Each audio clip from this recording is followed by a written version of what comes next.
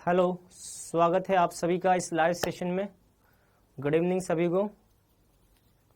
चलिए पहले एक बार थोड़ा वेट कर लेते हैं, कुछ बच्चे आ जाए फिर हम सेशन को स्टार्ट करते हैं। चलिए सभी को मेरी तरफ से गुड इवनिंग।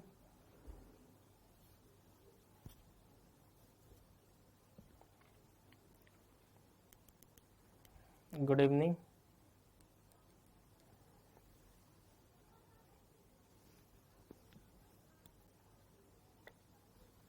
मैं बहुत बढ़िया हूँ, आप लोग कैसे हैं ये बता दो।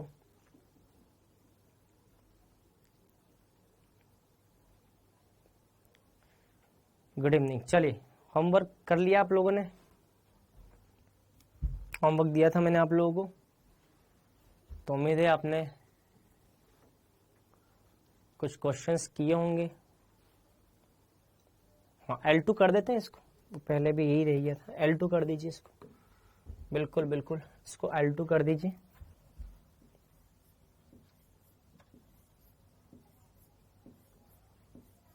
ठीक है L2। ठीक है चलिए, कुछ क्वेश्चंस नहीं हुए होंगे तो कोई बात नहीं, देख लेंगे अभी। ठीक है ठीक है चलो। अब आज थोड़ा सा हम चेंज कर रहे हैं प्लानिंग में। चेंज ये कि आज पहले हम डिस्कशन नहीं करेंगे, जो होमवर्क दिया उसका डिस्कशन आज हम लास्ट में करेंगे। क्योंकि होता क्या है, पहले डिस्कशन करते हैं उसमें करीबन आधा घंटा चला जाता है। तो हम क्यों ना आज एक काम करें, आज हम होमवर्क को डिस्कस करने का काम लास्ट में करेंगे। ठीक है, क्योंकि समय की बहुत बर्बादी होती है, तो हम इस काम को लास्ट में करेंगे। एक चीज और बता देता हूं, कल आपकी एक्स्ट्रा क्लास है, पता है ना आपको? कल आपकी एक्स्ट्रा क्लास है, पता है ना? कल सुबह 10:15 बजे से 12:15 बजे एक्स्ट्रा क्लास रहेगी आपकी। ठीक है, इस टाइम पर मॉर्निंग, टुमारो मॉर्निंग, टुमारो। ठीक है मॉर्निंग।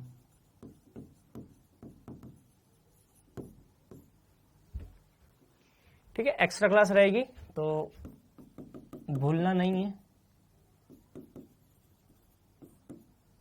इस टाइम पे आपकी क्लास रहेगी, ताकि हम सिलेबस को, इस चैप्टर को भी हम कोशिश करेंगे कल ही चट कर जाए। ठीक है, मतलब कि कंप्लीट कर दे। मेरी कोशिश, देखो मैं फिर भी बोल रहा हूं, मैं कोशिश पूरी कर रहा हूं कि भैया जल्दी से जल्दी जितना हो जाए उतना हम सिलेबस को फास्ट करें। और पूरी कोशिश रहेगी कि मैं कल ही सिलेबस को, मतलब मेरा मतलब ऑर्गेनिक केमिस्ट्री जो 12th की है उसको मैं कल ही खत्म कर दूं।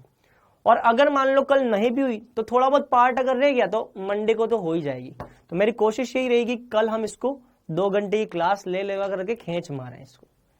ठीक है चलो चलते हैं आगे। होमवर्क बाद में डिस्कस करेंगे, पहले हम आते हैं कंटेंट पर जो हमें पढ़ना है। चलो बस मुझे बता दो कि लास्ट रिएक्शन हमने क्या पढ़ी थी, कोई बताएगा मुझे? लास्ट क्या रिएक्शन पढ़ी थी?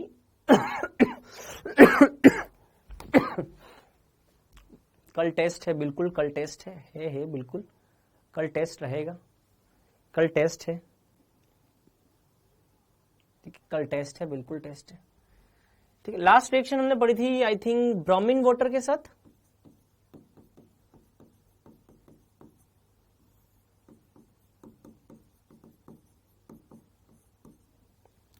लास्ट रिएक्शन ब्रोमीन वाटर के साथ पढ़ी थी, या एसिटिक एसिड के साथ, या एसिटिक एनहाइड्राइड के साथ? अच्छा ये हो गई एसिटिक एनहाइड्राइड के साथ।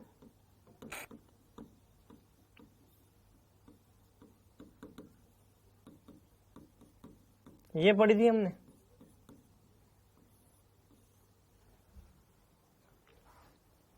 ठीक है, अगली रिएक्शन लिखो, नेक्स्ट लिखो HNO3 से अभिक्रिया।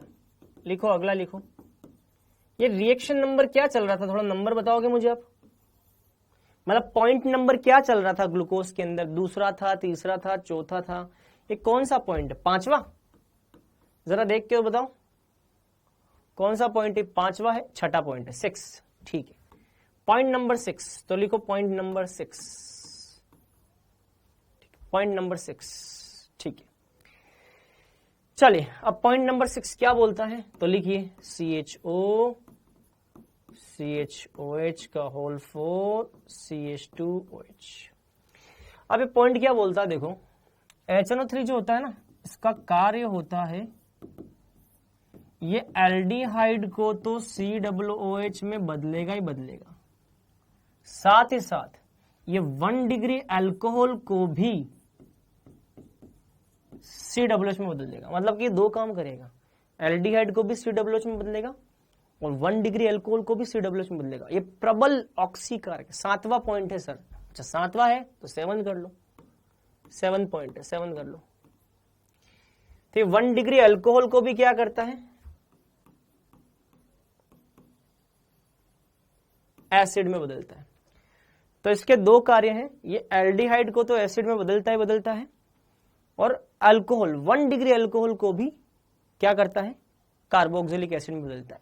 मतलब कि ये हुआ, अगर मैं इसकी HNO3 से क्रिया कराऊंगा तो जैसा कि अभी मैंने आपसे बोला कि ये एल्डिहाइड को तो कार्बोक्सिलिक एसिड में बदलता ही बदलता है, इसको तो बदलता ही बदलता है, साथ ही साथ ये 1 डिग्री अल्कोहल, किसको, 1 डिग्री अल्कोहल, ये रहा 1 डिग्री अल्कोहल, ये 1 डिग्री अल्कोहल, इस 1 डिग्री अल्कोहल को भी ये कार्बोक्सिलिक एसिड में बदलेगा।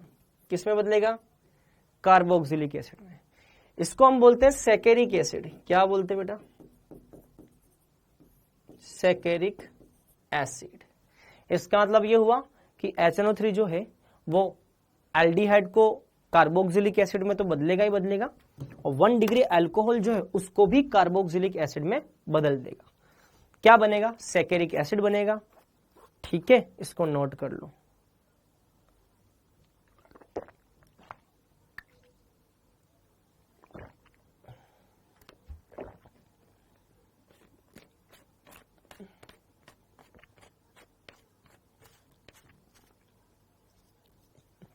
राहुल बेटा मैं बोल चुका हूं कि होमवर्क के क्वेश्चन आज हम लास्ट में करेंगे, थोड़ा प्लानिंग में चेंज है। ठीक है, शायद आपने सुना नहीं है, कानों का अपना इलाज कराएं।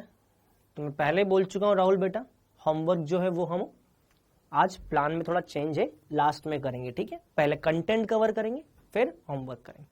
चलो, अब ये अभिक्रिया क्या सिद्ध करती है, तो लिखो यह सिद्ध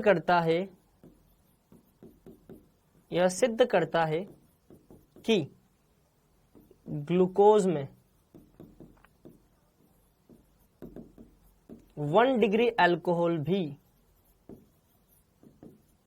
उपस्थित होता है।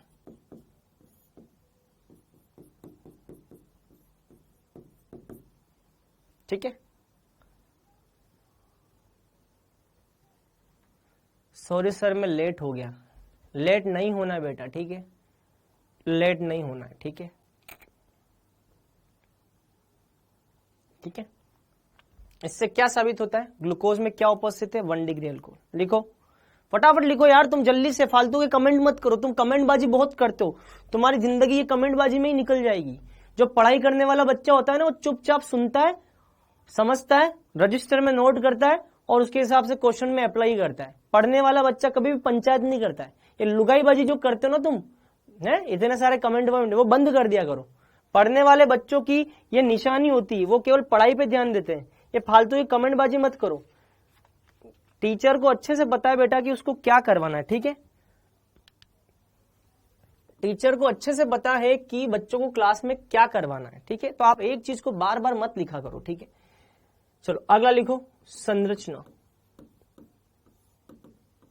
लिखो संरचना।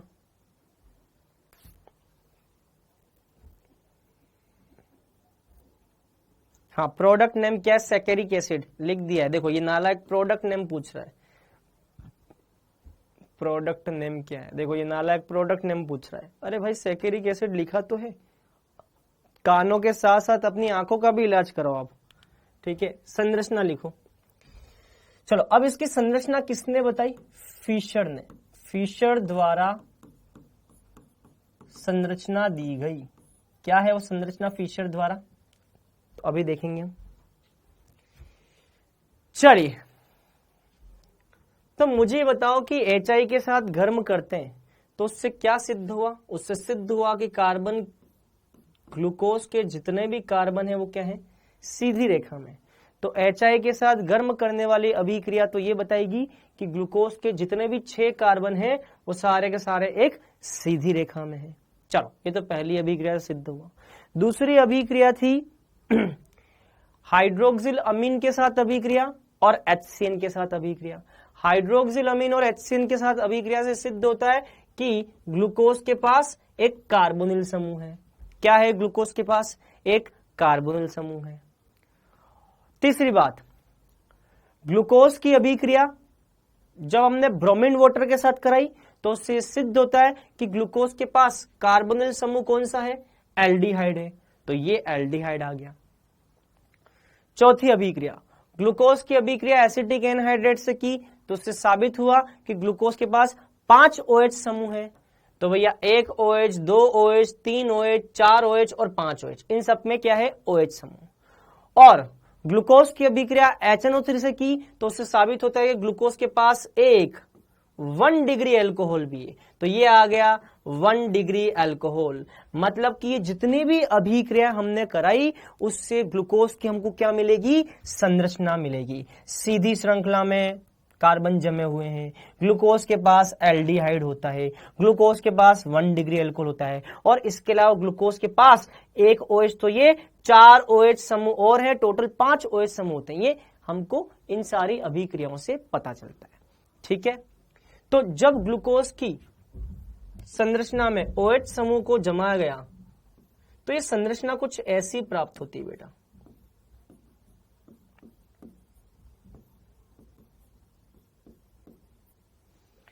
तो इस संरचना में आप एक बात ध्यान रखें, इस संरचना में आप एक बात ध्यान रखें, तीसरे कार्बन को छोड़ करके बाकी सभी कार्बन पर OH, याद रखना है बेटा, तीसरे कार्बन को छोड़ करके बाकी सभी कार्बन पर OH कहां है? दाईं तरफ। कहां है? दाईं तरफ। तो इस संरचना में ध्यान रखें, तीसरे कार्बन पे OH को छोड़ करके बाकी सभी कार्बन पर OH कहां है? दाईं तरफ। केवल तीसरे कार्बन का OH जो है वो कहां पर है? बाईं तरफ है। ये याद रखने का तरीका है। मैंने भी ऐसे ही याद कर रखा है कि दूसरे, चौथे, पांचवे, दूसरे, चौथे, पांचवे, इन तीनों कार्बन पे तो OH दाईं तरफ है और तीसरे कार्बन पे OH बाईं तरफ। केवल एक कार्बन ऐसा है, तीसरा कार्बन, जिस पे OH बाईं तरफ है। यहां तक की बात क्लियर? तो ये संरचना सबसे पहले किसके द्वारा दी गई? फिशर के द्वारा। किसके द्वारा दी गई? फिशर के द्वारा। चले अब आगे की बात करते हैं। ग्लिसरैल्डिहाइड की संरचना आप सभी को पता है ना? ग्लिसरैल्डिहाइड मैंने बताया था, अगर आपको याद हो तो। अगर हम बात करें ग्लिसरैल्डिहाइड की, इसको हम बोलते हैं ग्लिसरैल्डिहाइड। यदि हम बात करें ग्लिसरैल्डिहाइड की तो ग्लिसरैल्डिहाइड में किरेल कार्बन पर उपस्थित OH समूह दाईं तरफ होता है। ग्लिसरैल्डिहाइड में एक किरेल कार्बन जो है उस पर OH समूह दाईं तरफ होता है। तो अगर OH समूह दाईं तरफ होगा तो इसको हम बोलेंगे डीग्लिसरैल्डिहाइड। क्या बोलेंगे बेटा? डीग्लिसरैल्डिहाइड। मेरी बातों को ध्यान से सुनते जाएं और कोई भी पंचायत नहीं करनी, जो मैं बोल रहा हूं बस उसी को टारगेट करें। ये मास्टर क्या बोल रहा है, इस मास्टर की बातें ध्यान से सुनो, क्योंकि अगर आप मेरी बातें ध्यान से सुनोगे तो इस पे बेस्ड जितने भी क्वेश्चन है सारे खटाखट खटाखट खटाखट खटाखट हो जाएंगे। तो वो खटाखट हो जाए उसके लिए जरूरी कि मैं जो बोल रहा हूं बस उसको सुनते जाओ, क्योंकि ग्लिसरैल्डिहाइड में OH, किरेल कार्बन का OH दाईं तरफ है। तो जब भी किरेल कार्बन पे OH दाईं तरफ होगा तो उसको क्या लिखेंगे? D लिखेंगे। और यही किरेल कार्बन का OH अगर बाईं तरफ होगा तो उसको L लिखेंगे। क्या लिखेंगे बेटा? L। तो ये D ग्लिसरैल्डिहाइड है, ये L ग्लिसरैल्डिहाइड है। क्या है? D glyceraldehyde L glyceraldehyde. ये डी ग्लिसरॉल्डिहाइड है, ये एल ग्लिसरॉल्डिहाइड है। यहां पर भी हमको ग्लूकोज को या तो डी नाम देना है या एल नाम देना है। यहां पे भी हमको ग्लूकोज को या तो डी नाम देना है या एल नाम देना है। यहां पर भी हमें ग्लूकोज को या तो डी नाम देना है या एल नाम देना है। तो बेटा एक बात ध्यान रखें, क्योंकि यहां पर एक ही किरेल कार्बन था तो उस किरेल कार्बन पे OH देख लिया, अगर वो दाईं तरफ है तो डी बोल दिया, बाईं तरफ है तो एल बोल दिया। तो अगर एक ही किरेल कार्बन है तो हम दायां बायां देख करके डी और एल का आंसर बता सकते हैं। लेकिन यहां पर समस्या क्या है, यहां पर दूसरा कार्बन भी किरेल कार्बन है, यहां तीसरा कार्बन भी किरेल कार्बन है, चौथा कार्बन भी किरेल कार्बन है, पांचवा कार्बन भी किरेल कार्बन है। तो अब यहां पे समस्या यह है कि हम किस किरेल कार्बन को देख करके आंसर डी या एल बताएंगे। समझ में आई बात? तो अब हमें देखना है कि यहां पे तो एक से ज्यादा किरेल कार्बन है, यहां पे तो एक ही था, तो दाईं तरफ था तो डी बोल दिया, बाईं तरफ था तो एल बोल दिया। लेकिन यहां समस्या क्या है कि एक से ज्यादा किरेल कार्बन है। क्या है यहां पर? एक से ज्यादा किरेल कार्बन। तो अब समस्या यह है कि हम कौन से किरेल कार्बन को देख करके नामकरण करेंगे। तो बेटा ध्यान रखना, IUPAC के अनुसार जिस भी कार्बन का अंक, IUPAC के अनुसार, सुनना बेटा ध्यान से, IUPAC के अनुसार जिस भी किरेल कार्बन का अंक उच्च है, मतलब कि उच्च अंकन वाले किरेल कार्बन का जो OH है उसको देखना है। तो IUPAC के हिसाब से जो भी उच्च अंकन वाला किरेल कार्बन है वो यहां पर कौन सा है? पांचवा, उस पे OH को देखना है। तो हम ध्यान रखेंगे उच्च अंकन वाले किरेल कार्बन का OH देखना है। यदि ये OH दाईं तरफ है, कहां है बेटा? दाईं तरफ, तो नाम डी हो जाएगा। और यही OH अगर बाईं तरफ है तो नाम क्या हो जाएगा? एल हो जाएगा। तो बताओ मुझे, यहां पे OH का है दाईं तरफ, तो इसका नाम क्या हो जाएगा? D glucose. क्या नाम हो जाएगा? D glucose. यहां तक की बात क्लियर है? इसको नोट कर लो, इसको नोट कर लो फटाफट। चलिए, अगर डी बना लिया तो अब हम एल बनाएंगे। क्या बनाएंगे? एल। अगर हमने डी बना लिया है तो अब हम एल बनाएंगे। क्या बनाएंगे? एल। हमेशा ध्यान रखना, डी और एल एक दूसरे के दर्पण प्रतिबिंब हैं। डी और एल एक दूसरे के क्या हैं? दर्पण प्रतिबिंब। याद रखना, डी और एल एक दूसरे के क्या हैं? दर्पण प्रतिबिंब। डी और एल एक दूसरे के क्या हैं? दर्पण प्रतिबिंब। मतलब कि मुझे इसका दर्पण प्रतिबिंब बनाना होगा। ये रहा दर्पण, और डी वाले का दर्पण प्रतिबिंब एल बनाना। चलो इसका दर्पण प्रतिबिंब बनाएंगे। तो CHO, तो ऊपर तो CHO है, तो ये लो CHO, ये आ गया C। अच्छा, जो दाईं तरफ होगा वो कहां जाएगा? बाईं तरफ। जो दाईं तरफ होगा वो बाईं तरफ आ जाएगा, जो बाईं तरफ है वो दर्पण प्रतिबिंब में दाईं तरफ आ जाएगा। चलो थर्ड कार्बन पे, जो दाईं तरफ होगा वो प्रतिबिंब में बाईं तरफ आ जाएगा, जो बाईं तरफ होगा वो प्रतिबिंब में दाईं तरफ आ जाएगा। बहुत बढ़िया। फिर कौन सा कार्बन है? पहला कार्बन, दूसरा कार्बन, तीसरा कार्बन, चलो चौथा। चौथे कार्बन पे आते हैं। चौथे कार्बन में जो दाईं तरफ है वो बाईं तरफ हो जाएगा, और जो बाईं तरफ था वो दाईं तरफ हो जाएगा। पांचवे पे आते हैं। पांचवे कार्बन में जो दाईं तरफ था वो बाईं तरफ हो जाएगा, और जो बाईं तरफ था वो दाईं तरफ हो जाएगा यहाँ पे, और लास्ट में आ जाएगा CH2H। ये हो जाएगा एल ग्लूकोज। क्या हो जाएगा बेटा? L glucose. तो आप यहां देख सकते हैं उच्चतम अंक वाले किरेल कार्बन, उच्चतम अंक वाले किरेल कार्बन पर OH कहां है? बाईं तरफ। उच्च अंक वाले किरेल कार्बन पर OH बाईं तरफ है, तो इसको क्या बोलेंगे? L glucose. क्या बोलेंगे? L glucose. नोट कर लो, डी और एल एक दूसरे के दर्पण प्रतिबिंब है। नोट कर लो। समझ में आ गया? अरे आप लोगों को समझ में आ गया? दो बातें ध्यान रखनी है, दो बातें। पहली बात क्या कि उच्च अंक वाला किरेल कार्बन, अब ये उच्च अंक और निम्न अंक कौन सा अंक है? आईयूपीएसी वाला। आईयूपीएसी में मुख्य क्रियात्मक समूह को 1 लिखते हैं, 1 2 3 4 5, ये अंक की बात करो। आईयूपीएसी उच्च अंक वाले कार्बन पे आपको OH देखना है, दाईं तरफ है तो D, बाईं तरफ है तो L। और दूसरी बात आपको ध्यान रखनी है क्या, कि ये दोनों D और L एक दूसरे के क्या है? दर्पण प्रतिबिंब। D और L एक दूसरे के दर्पण प्रतिबिंब है। समझ में आया? चलो अब आगे की बात करते हैं। ये हो गई भैया इसकी संरचना। अच्छा, अब आगे की बात करते हैं। चलो थोड़ा मुझे बताओगे इन दोनों में से प्लस वाला कौन होगा और माइनस वाला कौन होगा? आपने हेलो एल्केन और हेलो एरिन चैप्टर पढ़ लिया है, तो जल्दी से मुझे बता दो इसमें से प्लस वाला कौन होगा और माइनस वाला कौन होगा? फटाफट। आपने हेलो एल्केन और हेलो एरिन चैप्टर पढ़ लिया है, उसमें आपको सर ने बताया होगा कि इसमें प्लस वाला कौन सा है और माइनस वाला कौन सा है।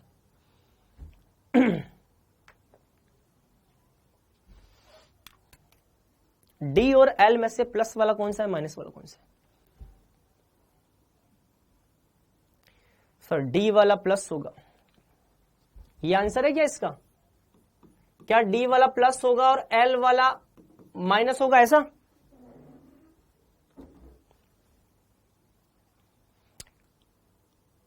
इसीलिए बोलते हैं बेटा कॉन्सेप्ट अच्छी तरह से सीखने चाहिए। अगर ढंग से पढ़ाया होगा तो आंसर भी सही आएगा, और ढंग से नहीं पढ़ाया होगा तो आंसर गलत ही आएगा। इसीलिए बोलते हैं बेटा जब कंटेंट थोड़ा अच्छे लेवल का आएगा ना, तब पता चलेगा कि आपने क्या सीखा है या टीचर ने आपको क्या सिखाया है, कितना सही सिखाया है और कितना गलत सिखाया है। बेटा एक बात ध्यान रखना, गलत है ये, ऐसा कुछ नहीं होता।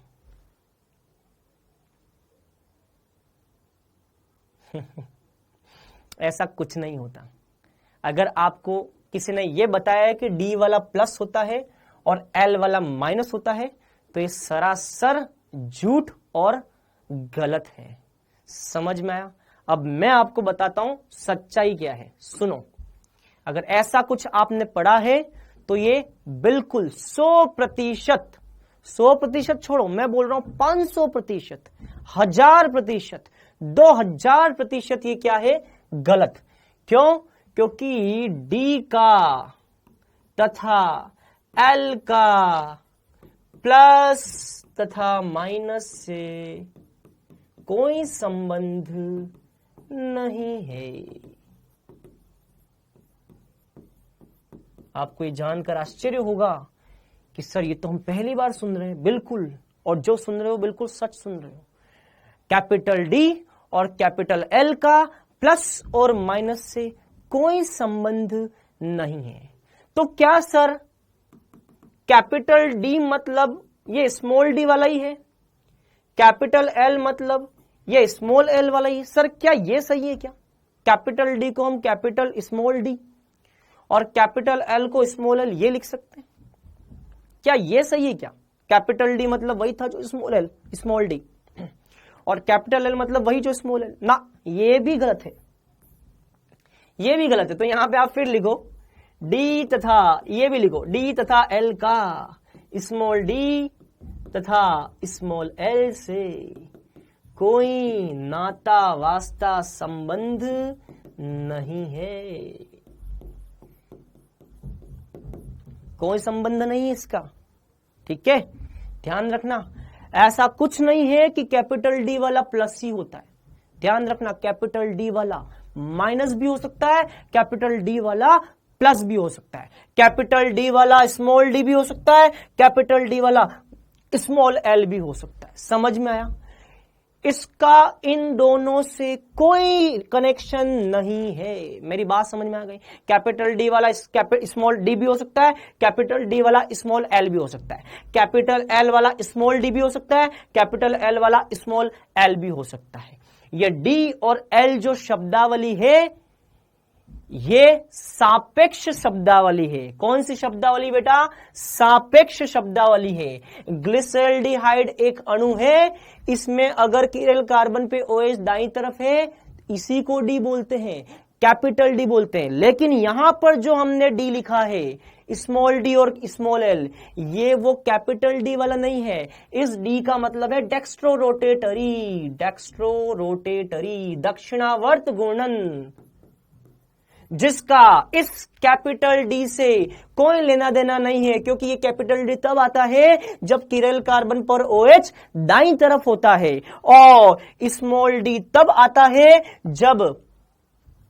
जब समतल ध्रुवित प्रकाश को कोई यौगिक दक्षिणावर्त दिशा में घूर्णित करेगा, तब स्मॉल डी आएगा। और कैपिटल डी कब आएगा? जब किरेल कार्बन पर उपस्थित OH दाईं तरफ होगा। इसका मतलब स्मॉल डी कैपिटल डी का कोई कनेक्शन नहीं है। समझ में आया? हाँ बिल्कुल सही। एक बच्चा बोल रहा लेकिन स्मॉल डी का प्लस से तो है, बिल्कुल सही है। स्मॉल एल का माइनस से तो है, बिल्कुल है। ये सही है, ये सत्य है, लेकिन ये सत्य नहीं है। यहां तक की बात समझ में? तो फटाफट नोट कर लो, जल्दी से नोट कर लो, जल्दी से नोट कर लो। ये हो गई कहानी। अब हम देखेंगे चक्रीय संरचना। अगला इंपॉर्टेंट पॉइंट लिखो, चक्रीय संरचना। आज मैं आपको अपचयी शर्करा और अनअपचयी शर्करा भी बताऊंगा, जब वो टॉपिक आ जाएगा तो वो भी बताऊंगा। अब लिखो चक्रीय श्रृंखला, साइक्लिक स्ट्रक्चर। और चक्रीय श्रृंखला संरचना या साइक्लिक स्ट्रक्चर को हम बोलते हैं बेटा हावर्थ स्ट्रक्चर। लिखो, इसी का दूसरा नाम हावर्थ स्ट्रक्चर। हावर्थ, कोई अगर आपसे पूछे चक्रीय हावर्थ स्ट्रक्चर क्या है, तो ध्यान रखना चक्रीय संरचना को ही हम हावर्थ स्ट्रक्चर बोलते हैं। ठीक है, ध्यान रखना।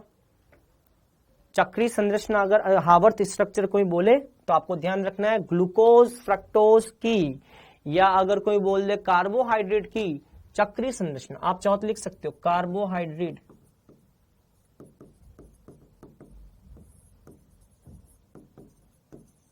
की चक्रीय संरचना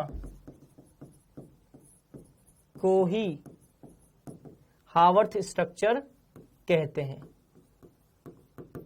लिखो, ठीक है।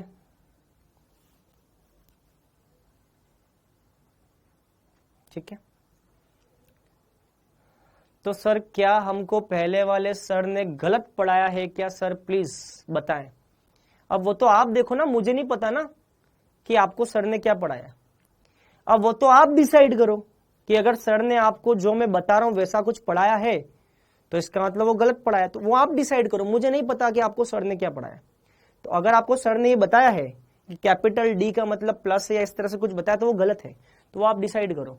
मुझे नहीं पता आपको सर ने क्या पढ़ाया। ठीक है, चलो। कार्बोहाइड्रेट की चक्रीय संरचना को ही हावर्थ संरचना बोलते हैं। चलो, कैसे आएगी चक्रीय संरचना? चलो,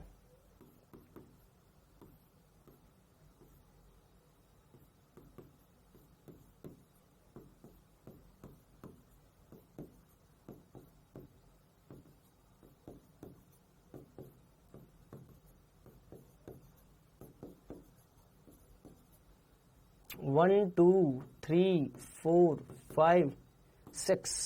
ठीक है,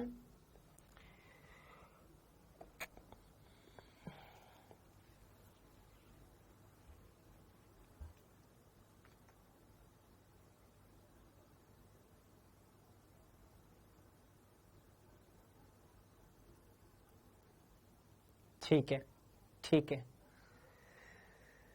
ठीक है, ठीक है, ठीक है। अब इधर देखो, अब इधर देखो, मुझे नहीं पता देखो क्या पढ़ाया सर ने। सर मुझे नहीं पता बेटा। ठीक है, आप अगर मुझसे पूछोगे कि सर ने हमको इसका मतलब जो पढ़ाया वो सही है गलत, तो मुझे कैसे पता होगा? ये बताओ, मुझे कैसे पता होगा? वो तो आपने पढ़ा होगा ना, मुझे थोड़ी नहीं पता कि आपको सर ने क्या पढ़ाया। हाँ, मुझे तो इतना पता है कि मैं जो पढ़ा रहा हूं वो क्या पढ़ा रहा हूं, मुझे दूसरे का नहीं पता। ठीक है, चलो इधर देखो, मुझे दूसरों के बारे में नहीं पता, मुझे अपने बारे में पता है कि मैं क्या पढ़ा रहा हूं। इधर देखो, इधर देखो, इधर देखो, अब इधर देखो सभी बच्चे, इधर चक्रीय संरचना पढ़ेंगे, क्योंकि बेटा चक्रीय संरचना को समझने के लिए आपका कंसंट्रेशन हाई होना चाहिए। चक्रीय संरचना को समझने के लिए आपका कंसंट्रेशन हाई होना चाहिए। तो अब पूरा ध्यान यहां लगाएंगे। प्लीज कमेंट बंद कर दे, प्लीज मेरी आपसे हाथ जोड़ करके विनती है कि प्लीज कमेंट करना बंद कर दे। मैं आपको आगे कुछ बता रहा हूं, प्लीज इधर देखिए बेटा, बहुत इंपॉर्टेंट सेक्शन आ रहा है। आपको चक्रीय संरचना बनाने आती है क्या?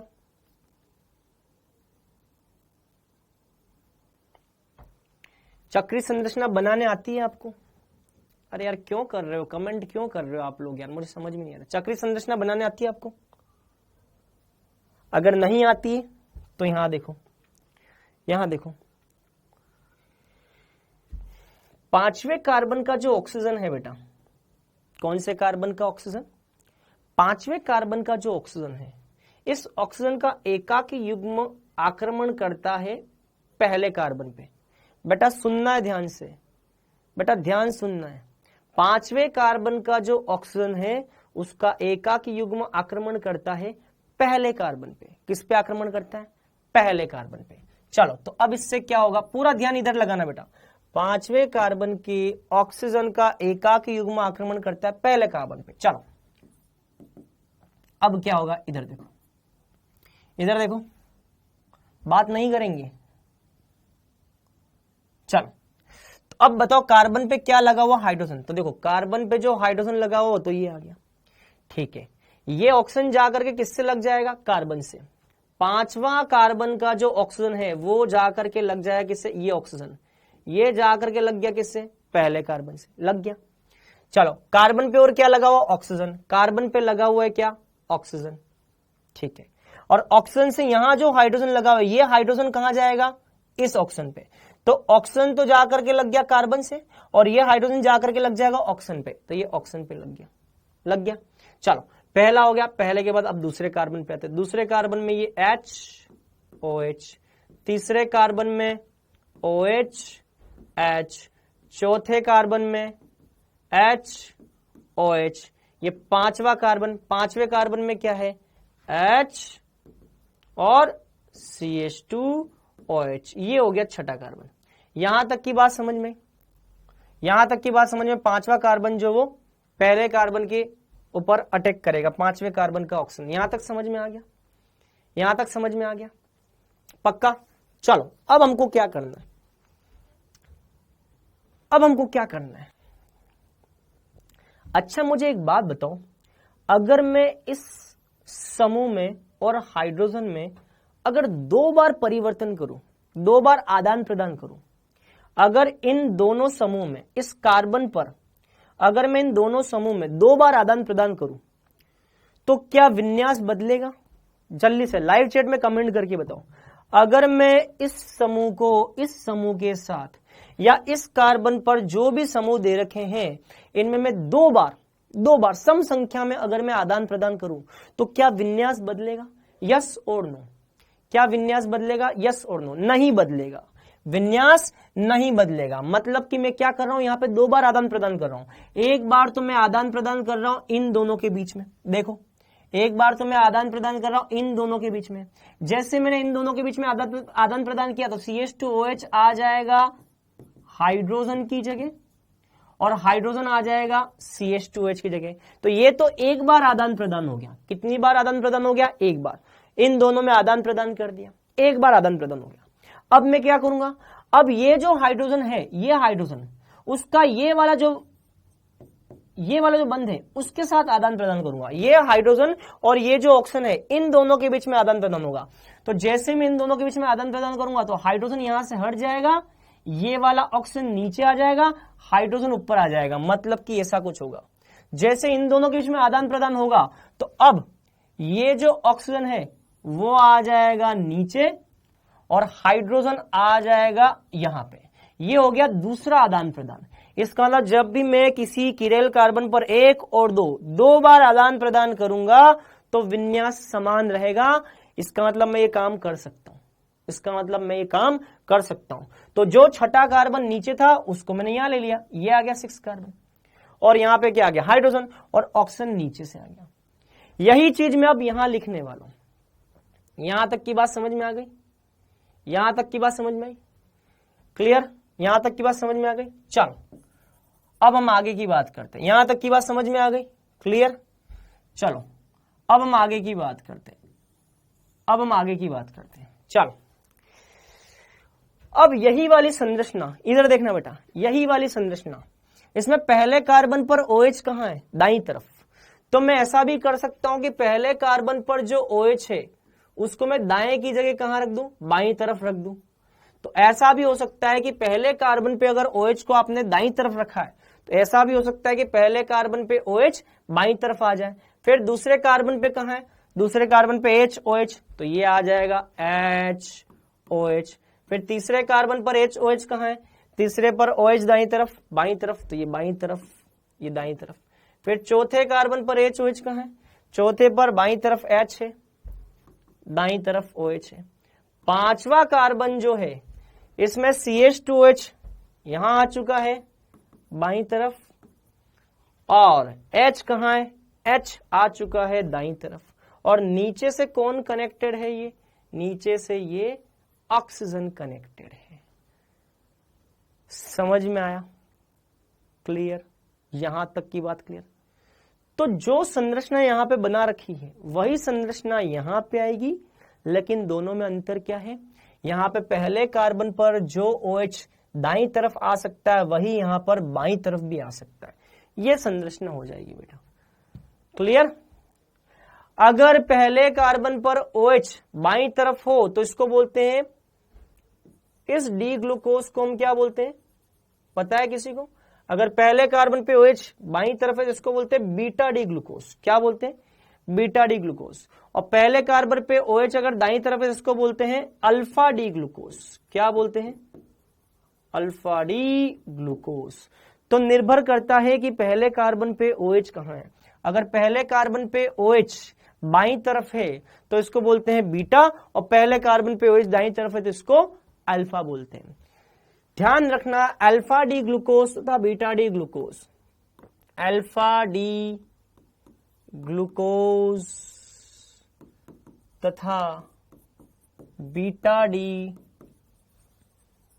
ग्लूकोज में C1 पर H तथा OH समूह के विन्यास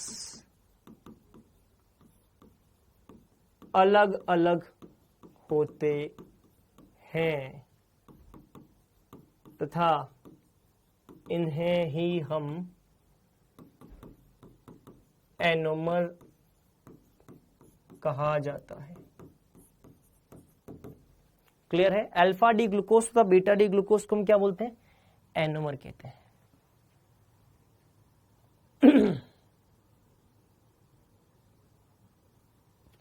ठीक है, यहां तक की बात क्लियर? अच्छा, कोई ये बताएगा कि ये जो पहले कार्बन पर जो OH है ये बाईं तरफ और दाईं तरफ दोनों जगह कैसे आ सकता है? कोई बताएगा? कोई भी बच्चा ये बता सकता है कि पहले कार्बन पे OH को बाईं तरफ भी बना दिया और पहले कार्बन पे OH को दाईं तरफ भी बना दिया? ऐसा क्यों? ऐसा क्यों? क्यों पहले कार्बन पे OH को दाईं तरफ और बाईं तरफ दोनों तरफ कैसे बना सकते हैं? कैसे बना सकते हैं इसको? क्योंकि ध्यान रखना, पहला कार्बन जो है इसका संकरण क्या है? sp2, और sp2 जो होता है इसकी ज्यामिति समतल होती है। sp2 होता है, इसकी ज्यामिति कैसी होती है? समतल। ऐसे समझो, ऐसे समझो, ये समतल ज्यामिति। अब समतल ज्यामिति वाला है, समतल ज्यामिति वाला है तो हो सकता है जो पांचवा कार्बन है इसका ऑक्सीजन जो आक्रमण करेगा ये ऑक्सीजन दाईं तरफ से भी आक्रमण कर सकता है और ये ऑक्सीजन बाईं तरफ से भी आक्रमण कर सकता है। क्योंकि अगर कोई समतल है तो ये वाला भाग भी आक्रमण के लिए खुला हुआ है, ये वाला भाग भी आक्रमण के लिए खुला हुआ है। मतलब कि ऑक्सीजन दाईं तरफ से भी आक्रमण कर सकता है, पांचवें कार्बन का जो ऑक्सीजन है वो दाईं तरफ से भी आक्रमण कर सकता है, और पांचवें कार्बन का ऑक्सीजन जो है वो बाईं तरफ से भी आक्रमण कर सकता है। इसका मतलब अगर ऑक्सीजन दाईं तरफ से आक्रमण कर सकता है तो ये ऐसे आएगा, बाईं तरफ से आक्रमण करेगा तो ये। तो ध्यान रखना, ऑक्सीजन यहां से भी आक्रमण कर सकता है, यहां से भी आक्रमण कर सकता है, क्योंकि एल्डिहाइड ये जो एल्डिहाइड है इसका संकरण क्या है sp2, इसकी ज्यामिति क्या है समतल। समझ में आया? यहां तक की बात क्लियर? यहां तक की बात क्लियर? यहां तक की बात क्लियर है? आगे बढ़ जाए।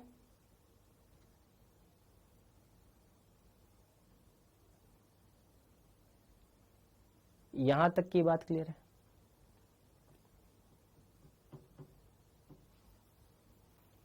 ड्रॉ कर लो, इसको बना लो। एक बच्चा बार बार पूछ रहा है यार कोई इसको बता दो। वैसे मैं आंसर बता चुका हूं, लेकिन आप बार बार एक ही चीज पूछोगे तो फिर कैसे काम चलेगा। मैं आपको ऑलरेडी बता चुका हूं। इन दोनों के अंदर हमने आदान प्रदान क्यों किया, कौन बताएगा? एक बच्चा बार बार पूछ रहा है सर ये H और CH2H का आदान प्रदान क्यों किया, क्यों किया, क्यों किया, बार बार पूछ रहा है। तो ऐसा हमने क्यों किया? 2 बार आदान प्रदान किया ना हमने इसमें। 2 बार आदान प्रदान ये नीचे वाले कार्बन पे क्यों किया? हमने इसलिए 2 बार आदान प्रदान किया है बेटा। एक बार तो इन दोनों में किया और एक बार फिर हाइड्रोजन इसमें किया। क्यों किया? ताकि हमारा विन्यास इस कार्बन पर चेंज ना हो। ठीक है, चलो क्लियर? इसका मतलब ये हुआ कि एक तो आ गया अल्फा डी ग्लूकोज। चलो तो अल्फा डी ग्लूकोज, तो ये रहा अल्फा डी ग्लूकोज। बताओ अल्फा डी ग्लूकोज में पहले कार्बन पर OH दाईं तरफ होगा या बाईं तरफ? फटाफट बताओ, अल्फा डी ग्लूकोज में पहले कार्बन पे OH दाईं तरफ होगा या बाईं तरफ? अल्फा डी ग्लूकोज में पहले कार्बन पर OH दाईं तरफ होगा या बाईं तरफ? राइट और लेफ्ट? अल्फा डी ग्लूकोज में पहले कार्बन पर OH राइट साइड में होगा या लेफ्ट साइड में? बताओ, राइट और left? Right side. Very good, very good. दाईं तरफ होगा। Very good. पहला कार्बन, दूसरा कार्बन, तीसरा, चौथा, पांचवा, CH2OH, ये आ गया ऑक्सीजन, ये आ गया ये। इसको हम बोलते हैं अल्फा डी ग्लूकोज। क्या बोलते हैं बेटा इसको? Alpha D glucose. क्या बोलते हैं? Alpha D glucose. चलो अब अल्फा डी ग्लूकोज है तो यहां ध्यान से देखो कौन सा कार्बन है पहला, तो ये लीजिए ये पहला कार्बन। कौन सा कार्बन है दूसरा, तो ये लीजिए दूसरा कार्बन। कौन सा कार्बन है तीसरा, तो ये लीजिए तीसरा कार्बन। कौन सा कार्बन है तीसरे के नीचे? चौथा। तो तीसरा जुड़ा हुआ है चौथे से, ये चौथा लीजिए। चौथा किससे जुड़ा हुआ? पांचवे से। चौथा जुड़ा हुआ है पांचवे से, तो ये लीजिए पांचवा। पांचवा जो है वो डायरेक्ट यहां पे किससे जुड़ा हुआ? ऑक्सीजन से। तो पांचवा जुड़ा हुआ है किससे?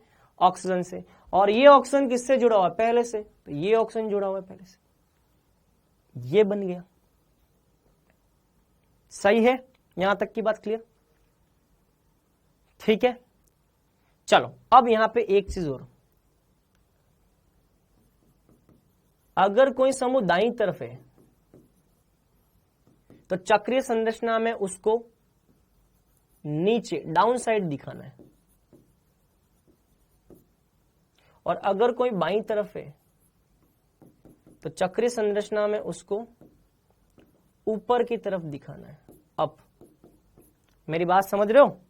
अगर यहां पे कोई समूह दाईं तरफ है, देखो पहले कार्बन पर OH दाईं तरफ है। अगर पहले कार्बन पर OH दाईं तरफ है तो उसको कहां दिखाएंगे? नीचे। ये लो नीचे, ये नीचे आ जाएगा। जो समूह बाईं तरफ है, बाईं तरफ कौन है? हाइड्रोजन। तो जो बाईं तरफ है उसको कहां दिखाएंगे? ऊपर। तो ये ऊपर आ जाएगा। चलो दूसरे कार्बन पर दाईं तरफ कौन है? OH। जो दाईं तरफ है उसको नीचे। तो दूसरे कार्बन पर जो दाईं तरफ है उसको नीचे, जो बाईं तरफ है उसको ऊपर। तीसरे कार्बन पर हाइड्रोजन दाईं तरफ है, जो दाईं तरफ है उसको नीचे, जो बाईं तरफ है उसको ऊपर। ये ऊपर आ जाएगा। चौथे कार्बन पर जो दाईं तरफ है, दाईं तरफ कौन है? OH, उसको नीचे, जो बाईं तरफ है उसको ऊपर। पांचवें कार्बन पर बाईं तरफ कौन है? CH2H, जो बाईं तरफ है उसको ऊपर और जो दाईं तरफ है उसको नीचे। ये हो गया पांचवा कार्बन, ये हो गया छठा कार्बन। नोट कर लीजिए इस तरीके से। यहां तक की बात समझ में आ गई? ये हार्वर्ड संरचना है बेटा। बोला था ना, नाम बताया था ना, हार्वर्ड। चक्रीय संरचना को हम बोलते हैं हार्वर्ड संरचना।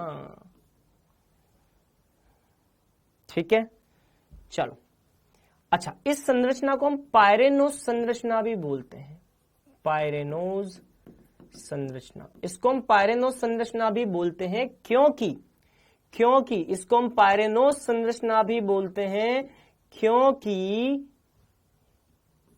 ये पायरेन के समान संरचना प्रदर्शित करता है। इस संरचना को हम पायरेन बोलते हैं। तो आप ध्यान से देखिए, ये जो चक्रीय संरचना है ये ठीक वैसी संरचना है। यहां पे ऑक्सीजन है, यहां भी ऑक्सीजन है, उसके बाद 1 2 3 4 5 कार्बन है, यहां पे भी 1 2 3 4 5 कार्बन है। तो ऐसी चक्रीय संरचना और ये चक्रीय संरचना देखो, दोनों एक जैसी दिख रही है आपको, लगभग आपको एक जैसी दिखाई दे रही है, क्योंकि इस संरचना का नाम पायरेन है। पायरेन जैसी संरचना होने के कारण इसको बोलते हैं पायरेनोज संरचना। क्या बोलते हैं बेटा इसको? पायरेनोज संरचना। तो क्योंकि ये संरचना पायरेन के समान है इसलिए इसको बोलते हैं पायरेनोज संरचना। ठीक है, बिल्कुल बिल्कुल। पहले कार्बन को एनोमेरिक कार्बन बोलते हैं, बिल्कुल, क्योंकि पहले कार्बन पर H और OH का विन्यास अलग अलग है, इसीलिए पहले कार्बन को हम एनोमेरिक कार्बन बोलते हैं। क्योंकि ये एनोमर वाला कार्बन है तो एनोमेरिक कार्बन। क्योंकि एनोमर जो है उन दोनों में अंतर आप पहले कार्बन पर H और OH के आधार पर कर रहे हैं, उनके विन्यास के आधार पर, इसीलिए पहले कार्बन को हम एनोमेरिक कार्बन भी बोलते हैं। यहां तक की बात समझ में आ गई? आगे बढ़ जाए। पायरेन क्या है सर जी? बेटा इस संरचना को पायरेन बोलते हैं। अमन रावत पूछ रहे हैं सर पायरेन क्या है? तो वैसे तो मैं 4 बार रिपीट कर चुका हूं, लेकिन 5वीं बार फिर रिपीट कर रहा हूं। इस संरचना को हम पायरेन बोल रहे हैं। 5वीं बार रिपीट किया, 6ठी बार फिर रिपीट कर रहा हूं। इस संरचना को हम पायरेन बोलते हैं क्योंकि इस संरचना के समान है ये संरचना, तो पायरेन के समान संरचना है, इसलिए इसको पायरेनोज बोलते हैं। ठीक है, समझ में आ गई बात? अब आप बोल रहे हो सर यहां तो डबल बॉन्ड है, तो मैं वही तो बोल रहा हूं, यहां डबल बॉन्ड है लेकिन यहां पे डबल बॉन्ड नहीं है। इसका मतलब ये वाली जो संरचना है, ये संरचना वो सेम के सेम संरचना तो नहीं है, लेकिन इसके लगभग समान ही संरचना है। आप देखो ये संरचना और ये संरचना लगभग ऑलमोस्ट सेम है, अगर केवल डबल बॉन्ड को छोड़ दो, बाकी सब कुछ आपको सेम ही दिखेगा। इसका मतलब पायरेन के समान इसकी संरचना है, चक्रीय संरचना, इसलिए इसको पायरेनोज बोलते हैं। ठीक है, चलो ये अल्फा डी ग्लूकोज हो गया। अब बात करते हैं बीटा डी ग्लूकोज की। बताओ बीटा डी ग्लूकोज में कहां चेंज आ जाएगा? बताओ बीटा डी ग्लूकोज में कहां चेंज आ जाएगा? बीटा डी ग्लूकोज में पहले कार्बन पर OH बाईं तरफ आ जाएगा। कहां आ जाएगा? बाईं तरफ। बाकी सारे के सारे समूह समान रूप से लगे हुए होंगे, HOH, CH2OH, H, ये ऑक्सीजन, ये पहला कार्बन, ये छठा कार्बन। इसको हम बोलते हैं बीटा डी ग्लूकोज। क्या बोलते हैं? Beta D glucose. चलो यहां से हमको बनानी चक्रीय संरचना। बताओ चक्रीय संरचना कैसे बनेगी? 5वां कार्बन, ये ऑक्सीजन, ये पहला कार्बन। पहला कार्बन किससे जुड़ा हुआ है? दूसरे कार्बन से। दूसरा कार्बन किससे लगा हुआ है? तीसरे कार्बन से। तीसरा कार्बन किससे जुड़ा हुआ है? चौथे कार्बन से। और चौथा कार्बन किससे लगा हुआ है? 5वें कार्बन से। 5वें कार्बन पर कौन लगा हुआ है?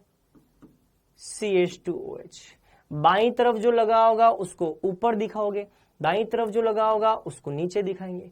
चौथे कार्बन की बात करें, चौथे कार्बन पे दाईं तरफ जो होगा वो नीचे आ जाएगा, बाईं तरफ जो होगा वो ऊपर आ जाएगा।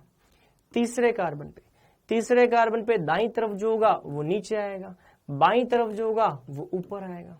दूसरे कार्बन पे दाईं तरफ जो होगा वो नीचे आएगा, बाईं तरफ जो होगा वो ऊपर आएगा। पहले कार्बन पे बाईं तरफ जो है वो ऊपर आ जाएगा और दाईं तरफ जो है वो नीचे आ जाएगा। ठीक है, ये कौन सी संरचना है? ये पायरेनोज संरचना बोलते हैं इसको। क्यों? क्योंकि ये संरचना लगभग आप देख सकते हो पायरेन के समान ही दिखाई देती है, केवल डबल बॉन्ड का ही अंतर है। पायरेन संरचना, इसको पायरेन बोलते हैं, और पायरेन के समान ये जो संरचना उसको बोलते हैं पायरेनोज संरचना। इसी को बोलते हैं बीटा डी ग्लूकोज की चक्रीय संरचना।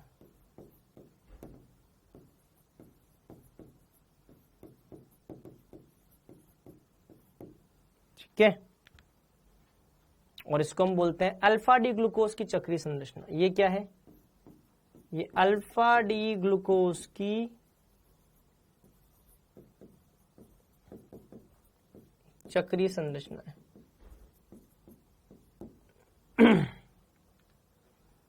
ठीक है,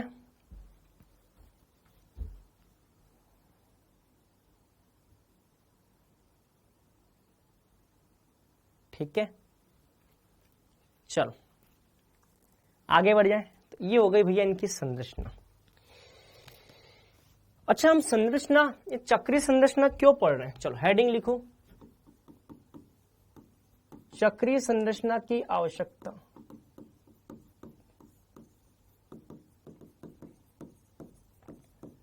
अब अगला क्वेश्चन ये कि हम चक्रीय संरचना क्यों पढ़ रहे हैं। ठीक है, अगला क्वेश्चन ये कि हम चक्रीय संरचना पढ़ क्यों रहे हैं। ठीक है, ये चक्रीय संरचना हम क्यों पढ़ रहे हैं? तो बेटा ध्यान रखना, इसका कारण ये क्योंकि कुछ अभिक्रियाएं ऐसी हैं जो ग्लूकोज प्रदर्शित नहीं करता, जैसे कि ग्लूकोज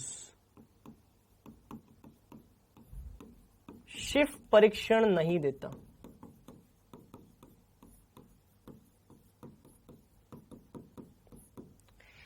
क्योंकि ग्लूकोज शिफ्ट परीक्षण नहीं देता, इसीलिए हम चक्रीय संरचना के बारे में पढ़ते हैं।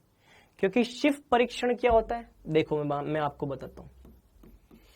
जब भी कार्बोनिल समूह की अभिक्रिया हम अमाइन से करते हैं तो यहां का ऑक्सीजन, यहां के 2 हाइड्रोजन निकल जाएंगे पानी के रूप में, तो ये बनेगा शिफ्ट क्षार। क्या बनेगा बेटा? शिफ्ट क्षार। तो बेटा एक बात ध्यान रखना, शिफ्ट क्षार का निर्माण तभी होगा जब अमाइन की क्रिया किससे होगी? कार्बोनिल समूह से होगी। किससे होगी? कार्बोनिल समूह। मतलब कि अमाइन जब एल्डिहाइड कीटोन से अभिक्रिया करेगा तो शिफ्ट क्षार देगा। क्या देगा? शिफ्ट क्षार। लेकिन ऐसा देखा गया है कि ग्लूकोज जो होता है वो शिफ्ट क्षार नहीं बनाता। क्यों नहीं बनाता? या शिफ्ट क्षार का परीक्षण नहीं देता। क्यों नहीं देता? क्योंकि ग्लूकोज की संरचना वास्तविकता में खुली संरचना होती ही नहीं है। कौन सी संरचना होती है? चक्रीय संरचना। और अगर चक्रीय संरचना होगी तो यहां ध्यान से देखिए, यहां पर ना तो एल्डिहाइड दिखाई दे रहा है, ना ही यहां पर कीटोन दिखाई दे रहा है। तो अगर ग्लूकोज की संरचना में कहीं भी एल्डिहाइड या कीटोन चक्रीय संरचना में आपको दिखाई नहीं देगा तो सीधी सी बात है RNH2 से क्रिया नहीं होगी, और RNH2 से क्रिया नहीं होगी तो शिफ्ट क्षार का निर्माण नहीं होगा। बात समझ में आ गई? दूसरा पॉइंट, यह सोडियम बाइसल्फाइड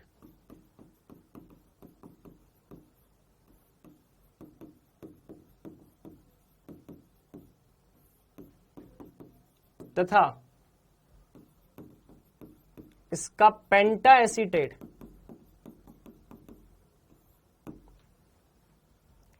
NH2OH से अभिक्रिया नहीं करता।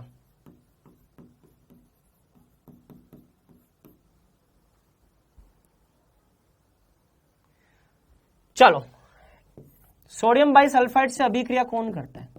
आपने पढ़ा होगा सोडियम बाइसल्फाइड जो है, आपने पढ़ा होगा सोडियम बाइसल्फाइड जो है वो एल्डिहाइड या कीटोन के साथ अभिक्रिया करके, एल्डिहाइड या कीटोन के साथ अभिक्रिया करके ऐसा एक क्रिस्टलीय यौगिक बनाता है। अगर आपने पढ़ा हो तो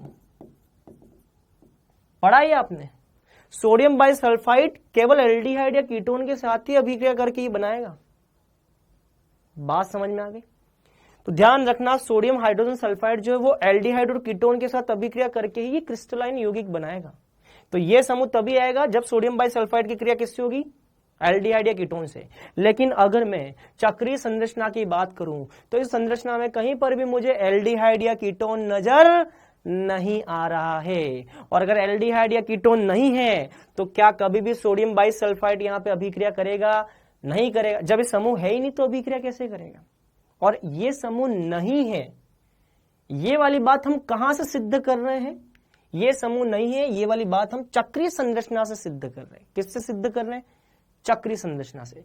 क्योंकि ग्लूकोज अपनी चक्रीय संरचना के अंदर अस्तित्व में होता है, जिसके अंदर कहीं भी एल्डिहाइड या कीटोन समूह नहीं है। अगर ये नहीं है तो ये कभी भी सोडियम बाइसल्फाइड और शिफ्ट परीक्षण की बात नहीं करेगा।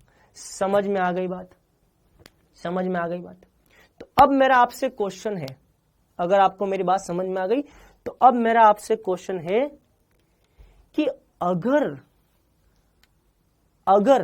ग्लूकोज इनके साथ अभिक्रिया नहीं देता तो हमने पहले जो खुली श्रृंखला की अभिक्रियाएं पढ़ी हैं, HI के साथ अभिक्रिया, पेंटा एसीटेट का निर्माण, ग्लूकोऑक्साइम वाली अभिक्रिया, वो सब कैसे हो रही है। फिर हम तो बोल रहे हैं कि ग्लूकोज चक्रीय संरचना के अंदर अस्तित्व में पाया जाता है, और अगर ग्लूकोज की चक्रीय संरचना है तो उसमें कहीं पे भी हमको एल्डिहाइड दिखाई नहीं देगा। और अगर एल्डिहाइड दिखाई नहीं दे रहा है तो फिर आप मुझे बताओ वो ब्रोमीन वाटर के साथ अभिक्रिया जो हो रही थी और उसमें CHO COH बना रहा था, वो कैसे बना था। या HNO3 के साथ अभिक्रिया हो रही थी जो 1 डिग्री एल्कोहल था, और जो एल्डिहाइड था वो दोनों अभिक्रिया करके COH कैसे बना था। या मान लो HI के साथ अभिक्रिया हो रही थी तो सीधी श्रृंखला में कार्बन के 6 कार्बन, सॉरी ग्लूकोज के 6 कार्बन सीधी श्रृंखला में, ये हम कैसे बता रहे थे। कौन बताएगा, कौन बताएगा। सर जब हम बोल रहे हैं कि ग्लूकोज की चक्रीय संरचना अस्तित्व में है तो हम बोल रहे हैं कि अगर ग्लूकोज की चक्रीय संरचना अस्तित्व में, इसका मतलब एल्डिहाइड समूह यहां पे हमको कहीं भी दिखाई नहीं देगा। तो फिर जो हमने पहले अभिक्रिया पढ़ी थी कि भैया ग्लूकोज में एल्डिहाइड उपस्थित है तो ये अभिक्रिया देगा, ये होगा, सीधी श्रृंखला होगी, कार्बन की सीधी श्रृंखला, वो सब बातें हम कैसे कर रहे हैं।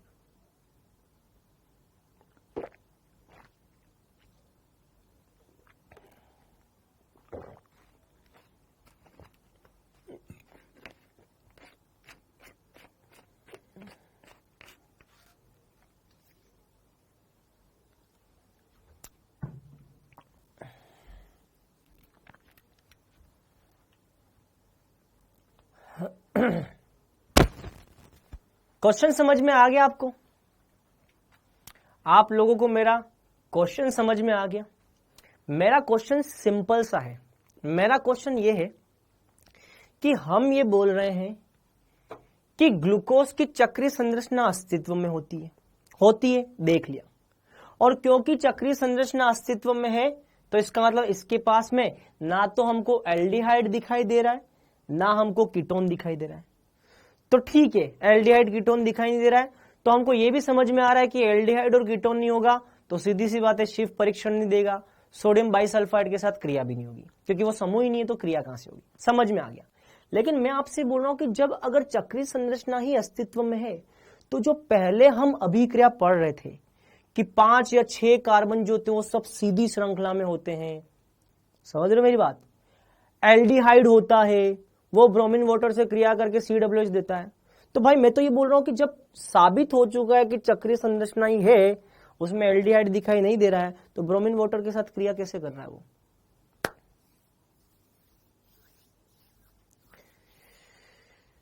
देखो इसका एक बहुत सिंपल सा आंसर है, सुनो मैं आपको बताता हूं। इसका बहुत सिंपल सा आंसर है।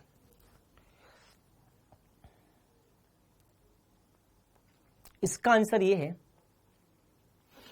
कि ये जितने भी अभिकर्मक हैं, कौन से, ये जितने भी अभिकर्मक हमने पढ़े थे, कौन से, HNO3 के साथ अभिक्रिया। बेटा ध्यान सुनना, ध्यान सुनना। इसका मतलब ये हुआ कि हमने जितने भी अभिकर्मक पढ़े थे, HNO3 के साथ अभिक्रिया, ब्रोमीन वाटर के साथ अभिक्रिया, HI के साथ अभिक्रिया, जो जो अभिकर्मक जो खुली श्रृंखला के साथ हमने अभिक्रिया करवा करके हमने जो पढ़े थे, ये इतने शक्तिशाली होते हैं कि पहले ये क्या करेंगे, ग्लूकोज की वलय को तोड़ेंगे। ग्लूकोज की वलय को क्या करेंगे, ब्रेक करेंगे, उसको तोड़ेंगे। उससे क्या मिलेगी, खुली श्रृंखला, और खुली श्रृंखला मिलेगी तो उसके बाद में क्या करेंगे, उनसे क्रिया प्रदर्शित करेंगे। तो इसका मतलब ये हुआ कि जितने भी अभिकर्मक हैं इन सब के अंदर एक क्षमता होती है कि जो ग्लूकोज की चक्रीय संरचना अस्तित्व में है, और वास्तविकता में ग्लूकोज की चक्रीय संरचना ही अस्तित्व में होती है, पहले उस चक्रीय संरचना को तोड़ेंगे, खुली श्रृंखला में बदलेंगे। जब खुली श्रृंखला मिल जाएगी उसके बाद में खुली श्रृंखला पर आक्रमण करके अभिक्रिया प्रदर्शित करेंगे। समझ में आ गया? तो ये ध्यान रखना, ये इतने शक्तिशाली है कि चक्रीय श्रृंखला को तोड़ देते हैं। चलिए अब बात करते हैं आगे की। ये हो गया भैया ग्लूकोज की कार्यवाही कंप्लीट, ठीक है। अब आते हैं फ्रक्टोज पे। लिखो फ्रक्टोज, लिखिए फ्रक्टोज, लिखिए। अब फ्रक्टोज के लिए लिखेंगे हम, लिखिए फ्रक्टोज, लिखिए, लिखिए फ्रक्टोज। फ्रक्टोज का अणुसूत्र क्या है?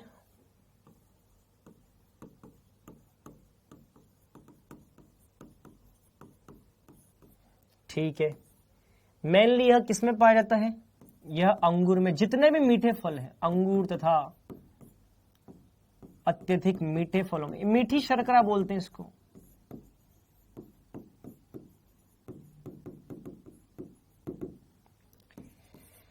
कैसे निर्माण होता है इसका? निर्माण कैसे होता है फ्रक्टोज का?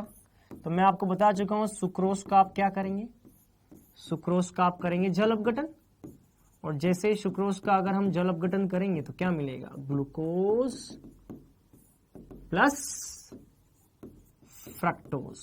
क्या मिलेगा? Glucose plus fructose. इस तरीके से हमको फ्रक्टोज मिलता है, ठीक है। नंबर 4 लिखिए, संरचना। देखिए संरचना,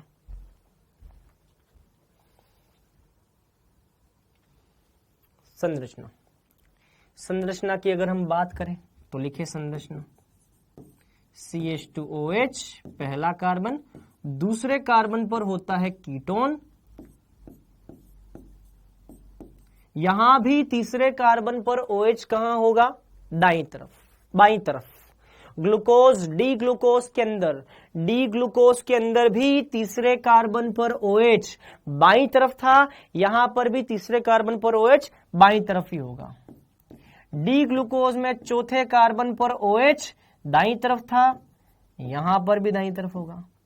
पांचवें कार्बन पर डी ग्लूकोज में OH दाईं तरफ था, यहां पर भी कहां होगा, यहां पर भी दाईं तरफ होगा। और छठा कार्बन कौन सा था, CH2OH वाला, यहां पे भी CH2OH। मतलब कि ग्लूकोज और फ्रक्टोज दोनों की संरचना बिल्कुल सेम का सेम है, जस्ट डिफरेंस क्या है, डिफरेंस सेकंड कार्बन पर है। वहां पे फर्स्ट कार्बन पर एल्डिहाइड था, यहां पे सेकंड कार्बन पर कीटोन है। समझ में आ गया? क्लियर? ये संरचना नोट कर लो इसको। चलो अब मुझे फटाफट से जल्दी से आंसर बता दो। उच्च अंकन वाले किरेल कार्बन पर यदि OH दाईं तरफ है तो इस फ्रक्टोज को क्या बोलेंगे, डी फ्रक्टोज बोलेंगे या एल फ्रक्टोज बोलेंगे? यदि उच्चतम किरेल कार्बन, उच्च अंकन वाले किरेल कार्बन पर OH यदि दाईं तरफ है तो इसको डी फ्रक्टोज बोलेंगे या एल फ्रक्टोज बोलेंगे? क्या बोलेंगे? डी बोलेंगे। वेरी गुड, इसको बोलते हैं डी फ्रक्टोज। Very good. चलो, डी फ्रक्टोज का दर्पण प्रतिबिंब कौन होता है? डी फ्रक्टोज का दर्पण प्रतिबिंब कौन है? L fructose. चलो एल फ्रक्टोज बनाए तो ये लो भैया, पहले कार्बन पे तो CH2OH आ गया, दर्पण प्रतिबिंब। दूसरे कार्बन पर ये CO आ गया, तीसरे कार्बन पर जो H दाईं तरफ है वो दर्पण प्रतिबिंब में बाईं तरफ आ जाएगा, जो बाईं तरफ है वो यहां दाईं तरफ आ जाएगा। चलो चौथे कार्बन पे जो बाईं तरफ है वो यहां दाईं तरफ आ जाएगा, और जो दाईं तरफ है वो यहां बाईं तरफ आ जाएगा। 5वें कार्बन पर, जो दाईं तरफ है वो यहां बाईं तरफ आ जाएगा, और जो बाईं तरफ है वो यहां दाईं तरफ आ जाएगा, और ये आ जाएगा CH2H। ये हो जाएगा एल फ्रक्टोज, एल फ्रक्टोज। ठीक है, नोट कर लो बेटा, एल फ्रक्टोज।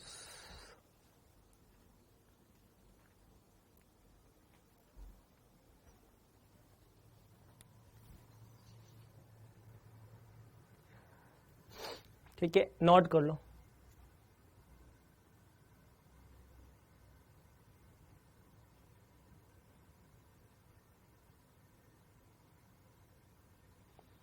ठीक है, नोट कर लो। चलो अब लिखो चक्रीय संरचना, लिखो अब चक्रीय संरचना।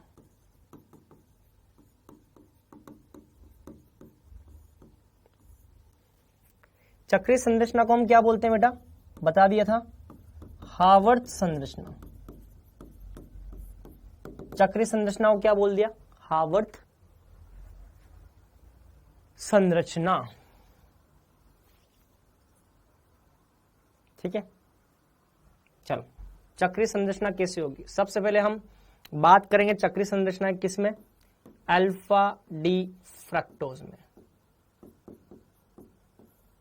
अल्फा डी फ्रक्टोज बना सकते हैं हम यहाँ, बिल्कुल बना सकते हैं। देखो अल्फा डी फ्रक्टोज कैसे बनेगा,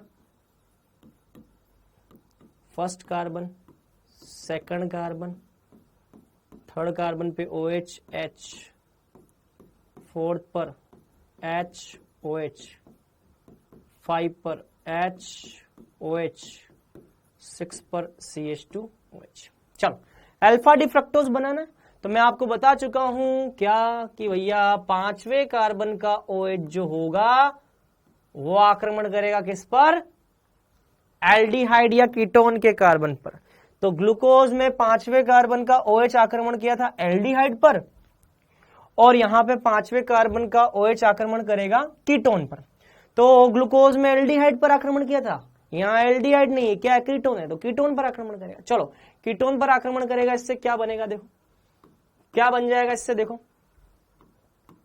एक बार पहले मैं बना देता हूं, फिर मैं आपको बताता हूं कि ये अल्फा और बीटा का क्या कॉन्सेप्ट है। एक बार मैं बना देता हूं, तो पहले आक्रमण करेगा, चलो पहले आक्रमण करवा देते हैं। तो क्या होगा, तो ये सेकंड कार्बन पर आक्रमण किया, ठीक है भैया, सेकंड कार्बन आ गया, ये थर्ड कार्बन आ गया, थर्ड कार्बन पे क्या आएगा, OH H, फिर ये फोर्थ कार्बन आ गया, फोर्थ पे क्या आएगा, HOH, फिर ये फिफ्थ कार्बन आ गया। मैंने आपको बताया था फिफ्थ कार्बन पे CH2H को हम कहां लेते हैं, यहां लेते हैं, और H कहां आ जाता है, H यहां आ जाता है। क्यों, ताकि ऑक्सीजन यहां से निकल करके कहां लगेगा, सेकंड कार्बन पे लगेगा। और ये जो सेकंड कार्बन पे ऑक्सीजन है, ये ऑक्सीजन या तो दाईं तरफ आएगा या फिर ये कार्बन पे लगा हुआ ऑक्सीजन बाईं तरफ आएगा, क्योंकि इस कार्बन का संकरण क्या है, sp2। इस कार्बन का संकरण sp2 है। अगर sp2 कार्बन है, ये कार्बन sp2 वाला है, मतलब कि समतल है, मतलब कि ये जो 5वें कार्बन पे OH है, ये OH दाईं तरफ से भी आ सकता है, ये OH बाईं तरफ से भी आ सकता है। मतलब कि ऐसा हो सकता है कि ये ऑक्सीजन जो दाईं तरफ आ जाए, या हो सकता है कि ये ऑक्सीजन बाईं तरफ आ जाए। ठीक है, ये पांचवा, ये छठा। क्लियर, चलिए ये क्या लगा हुआ है दूसरे कार्बन पे, CH2OH। चलिए बहुत बढ़िया, और ये जो हाइड्रोजन, ये हाइड्रोजन कहां लग जाएगा, ऑक्सीजन पे। तो ऐसा हो सकता है बेटा कि ये जो कार्बन पे लगा हुआ ऑक्सीजन ये दाईं तरफ आ जाए, या फिर ऐसा भी हो सकता है कि ये जो कार्बन पे लगा हुआ OH है वो बाईं तरफ आ जाए, और CH2OH कहां आ जाए, CH2OH दाईं तरफ आ जाए। 1 2 2 के बाद ये क्या है, 3, बहुत बढ़िया, 3 के बाद 4 5, तो बस ये बना लेंगे हम, 3 4, यहां आ जाएगा 5, 5 से निकला हुआ है क्या, ऑक्सीजन। ऑक्सीजन जाकर के किससे लग रहा है, 2 से। 5 पे क्या लगा हुआ है, H, तो ये 5 पे H। क्या लगा हुआ है, CH2OH, ये CH2OH। यहां पे 4 पे क्या लगा हुआ है, OH, बहुत बढ़िया। 4 पे इधर क्या लगा हुआ है, H। 3 पे राइट साइड में H, लेफ्ट साइड में OH। ये आ गई संरचना। देख लो, ध्यान से देख लो। और मैंने आपको बता रखा है क्या कि ग्लूकोज में एल्डिहाइड वाला कार्बन पहला कार्बन था जिसको एनोमेरिक कार्बन बोलते हैं। यहां पे कीटोन वाला कार्बन दूसरा कार्बन है, इसको एनोमेरिक कार्बन बोलेंगे। तो यहां पर C2 कार्बन एनोमेरिक कार्बन है। क्यों? क्योंकि या तो एल्डिहाइड के कार्बन पे ऑक्सीजन अटैक कर रहा है जो कि ग्लूकोज है, या फिर कीटोन के कार्बन पे ऑक्सीजन अटैक कर रहा है जो कि फ्रक्टोज है। फ्रक्टोज में कीटोन है जो कि सेकंड नंबर का कार्बन है, उस पे ऑक्सीजन अटैक कर रहा है, और एल्डिहाइड में ग्लूकोज है, वो पहले नंबर का कार्बन है, उस पे ऑक्सीजन अटैक कर रहा है। तो ध्यान रखना, यहां पे कीटोन के कार्बन पे ऑक्सीजन अटैक कर रहा है, इसीलिए कीटोन का जो C2 कार्बन है, C2 कार्बन मतलब कि कौन सा? कीटोन वाला, उसे हम बोलते हैं एनोमेरिक कार्बन। यहां पर C2 कार्बन एनोमेरिक कार्बन है क्योंकि अल्कोहल का ऑक्सीजन मतलब कि पांचवें कार्बन का ऑक्सीजन कीटोन के कार्बन पर आक्रमण कर रहा है। ठीक है, क्लियर? चलो, तो अब इस C2 कार्बन, तो अगर C2 कार्बन पर OH दाईं तरफ है, एनोमेरिक कार्बन पर OH दाईं तरफ है, तो इसको बोलते हैं अल्फा डी फ्रक्टोज। क्या बोलते हैं? Alpha D fructose. और यहां C2 कार्बन पर OH बाईं तरफ है, तो इसको बोलते हैं बीटा डी फ्रक्टोज। क्या बोलते हैं बेटा? Beta D fructose. तो ध्यान रखना, अल्फा और बीटा बोलने का कॉन्सेप्ट क्या है? Anomeric carbon. अल्फा और बीटा बोलने का कॉन्सेप्ट क्या है? Anomeric carbon. इसका मतलब अगर मैं ग्लूकोज की बात करूं, तो ग्लूकोज में एनोमेरिक कार्बन कौन सा है? ग्लूकोज में एनोमेरिक कार्बन है C1 कार्बन। और अगर मैं फ्रक्टोज की बात करूं तो फ्रक्टोज में एनोमेरिक कार्बन कौन सा है? फ्रक्टोज का एनोमेरिक कार्बन है C2 कार्बन। कौन सा है? C2 carbon. एनोमेरिक कार्बन पर अगर OH दाईं तरफ है तो इसको हम क्या बोलते हैं? अल्फा। और एनोमेरिक कार्बन पर OH अगर बाईं तरफ है तो इसको हम क्या बोलते हैं? बीटा। ठीक उसी तरह से यहां पे भी एनोमेरिक कार्बन पे अगर OH दाईं तरफ है तो उसको क्या बोलते हैं? अल्फा। और एनोमेरिक कार्बन पे OH अगर बाईं तरफ है तो उसको क्या बोलते हैं? बीटा। समझ में आ गया? यहां तक की बात क्लियर है?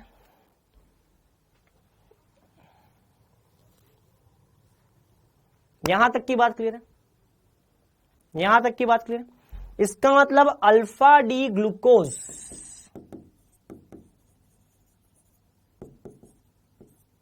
इसका मतलब अल्फा डी ग्लूकोज और बीटा डी ग्लूकोज ये तब बोलेंगे जब एनोमेरिक कार्बन पे OH दाईं तरफ हो तो अल्फा, बाईं तरफ हो तो बीटा। और फ्रक्टोज में भी एनोमेरिक कार्बन पे अगर OH दाईं तरफ है तो अल्फा, बाईं तरफ है बीटा। यहां पे एनोमेरिक कार्बन C2 है, यहां पे एनोमेरिक कार्बन कौन सा है? C1 है। बस ये अंतर है बेटा, ये ध्यान रखना। क्लियर? चलो, अब हम आगे की बात करते हैं। चले, तो मैं फिर से आ रहा हूं, बना रहा हूं अल्फा डी फ्रक्टोज। क्या बना रहा हूं मैं? Alpha D fructose. चलो बनाएंगे फिर से अल्फा डी फ्रक्टोज। चलिए, तो ये कार्बन कौन सा? सेकंड नंबर वाला CH2OH एनोमेरिक कार्बन। फ्रक्टोज में एनोमेरिक कार्बन पे अगर OH दाईं तरफ है, फिर रिपीट कर रहा हूं, फ्रक्टोज में यदि एनोमेरिक कार्बन C2 कार्बन पर OH अगर दाईं तरफ है, OH दाईं तरफ है, तो इसको बोलते हैं अल्फा डी फ्रक्टोज। ये ऑक्सीजन और ये नीचे से आकर के जुड़ेगा।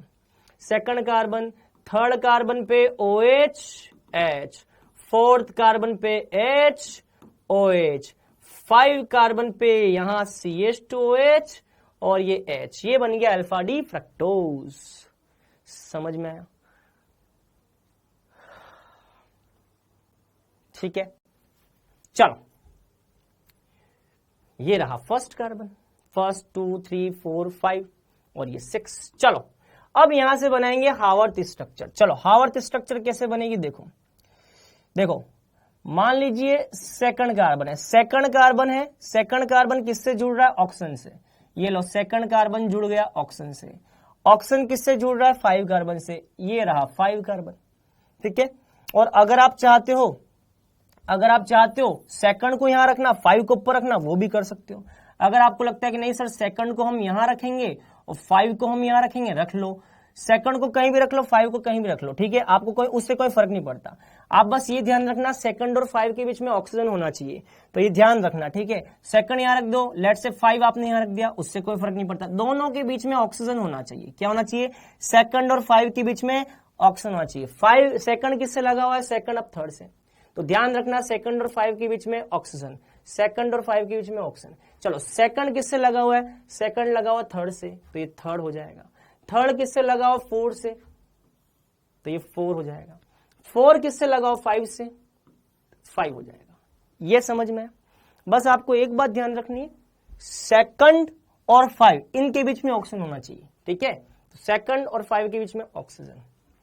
चलो अब आगे की बात करते हैं। मैं आपको बता चुका हूं जो समूह दाईं तरफ है, राइट, दाईं तरफ वाले को हम कहां बनाते हैं, नीचे, और बाईं तरफ वाले को हम कहां बनाते हैं, ऊपर। चलो सेकंड पे कौन है, OH, दाईं तरफ नीचे, बाईं तरफ क्या है, CH2OH, ये पहला कार्बन।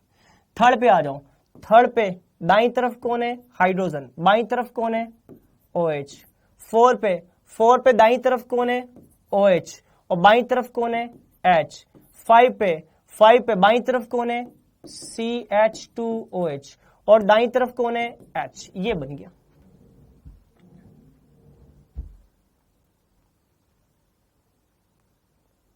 ठीक है, क्लियर। तो ये चक्रीय संरचना किसकी है, अल्फा डी फ्रक्टोज, चक्रीय संरचना, ठीक है। चलिए ऐसी ही संरचना होती है एक कंपाउंड की, जिसको हम बोलते हैं फ्यूरान। क्या बोलते हैं, फ्यूरान। फ्यूरान की संरचना ऐसी ही होती है बेटा, इसलिए इस स्ट्रक्चर को हम फ्यूरेनोज स्ट्रक्चर भी बोलते हैं। क्या बोलते हैं, फ्यूरेनोज संरचना, क्योंकि फ्रक्टोज की ये जो चक्रीय संरचना है ये फ्यूरान की तरह है।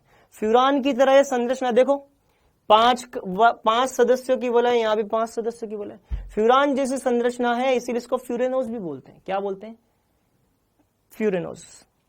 अच्छा, ग्लूकोज की चक्रीय संरचना कैसी है, पायरेनोज जैसी। ग्लूकोज की चक्रीय संरचना कैसी है, पायरेनोज जैसी। ग्लूकोज की चक्रीय संरचना पायरेन जैसी, इसलिए पायरेनोज बोलते हैं। और फ्रक्टोज की चक्रीय संरचना फ्यूरान जैसी, इसलिए फ्यूरेनोज बोलते हैं। क्लियर, चलो नोट कर लो, कर लिया नोट।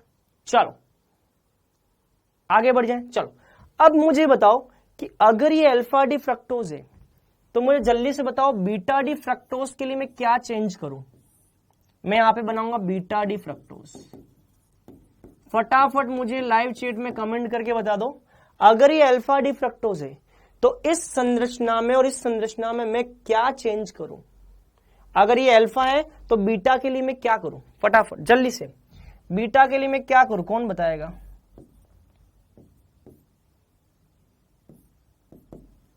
बीटा के लिए हम क्या करें, कौन बताएगा।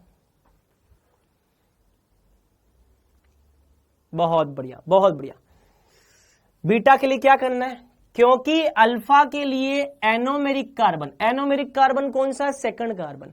मैंने आपको लिखवाया, देखो देखो क्या लिखवाया, फ्रक्टोज के लिए एनोमेरिक कार्बन C2 पर OH अगर दाईं तरफ है, दाईं तरफ मतलब कि नीचे, चक्रीय संरचना में कहां आएगा, नीचे, और बाईं तरफ मतलब कि ऊपर, मतलब कि चक्रीय संरचना में अगर OH नीचे है तो अल्फा, और चक्रीय संरचना में OH ऊपर है तो बीटा। चलो एनोमेरिक कार्बन C2 पर अगर OH ऊपर आ जाएगा तो बीटा हो जाएगा, ये CH2OH, ठीक है। थर्ड कार्बन पे तो सेम वैसे ही आएगा OH H। फोर्थ कार्बन पे HOH, फिफ्थ कार्बन पे CH2OH और H। ये बन गया भैया संरचना। ठीक है, इस तरह से संरचना आ जाएगी, इसको नोट कर लो। ये हो गया भैया फ्रक्टोज की संरचना कंप्लीट हो गया, मोनोसेकेराइड कंप्लीट हो गया। अब अगली क्लास से हम पढ़ेंगे डाइसेकेराइड। होमवर्क पे डिस्कशन कर लेते हैं थोड़ा, ठीक है। अगली संरचना, अगली क्लास से हम पढ़ेंगे डाइसेकेराइड। पहले हम अब होमवर्क डिस्कस करेंगे डाइसेकेराइड। यहां से हम टुमारो, कल एक्स्ट्रा क्लास का टाइम आपको पता ही है ना, 10:15 AM मॉर्निंग में।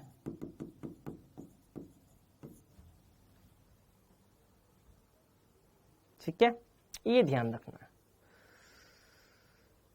ठीक है, चल एक बार हम डिस्कस कर लेते हैं होमवर्क को। ठीक है, होमवर्क का डिस्कशन कर लेते हैं, फिर उसके बाद हम बाकी बातें करेंगे। प्रोपियोनिक एसिड की जलीय सोडियम बाइकार्बोनेट के साथ क्रिया, ये लीजिए प्रोपियोनिक एसिड, इसकी क्रिया हम किससे कर रहे हैं? सोडियम बाइकार्बोनेट के साथ। मैंने आपको बताया था कि ये जो हाइड्रोजन है उसको कौन प्रतिस्थापित करता है? सोडियम। तो कार्बन कार्बन कार्बन, ठीक है, हाइड्रोजन को सोडियम ने प्रतिस्थापित कर दिया। ये हाइड्रोजन जा करके लग जाएगा HCO3 से, ये बन जाएगा H2CO3। इसका मतलब ये जो कार्बन है सोडियम बाइकार्बोनेट का कार्बन जो है वो किस में आ जाएगा? H2CO3 के कार्बन में, और ये आगे टूटेगा तो क्या देगा? H2O plus CO2। मतलब कि ये कार्बन किस में चला जाएगा? CO2। इसका मतलब जो CO2 बाहर निकल रही है उसका जो कार्बन है वो कहां से आ रहा है? वो बाइकार्बोनेट से आ रहा है।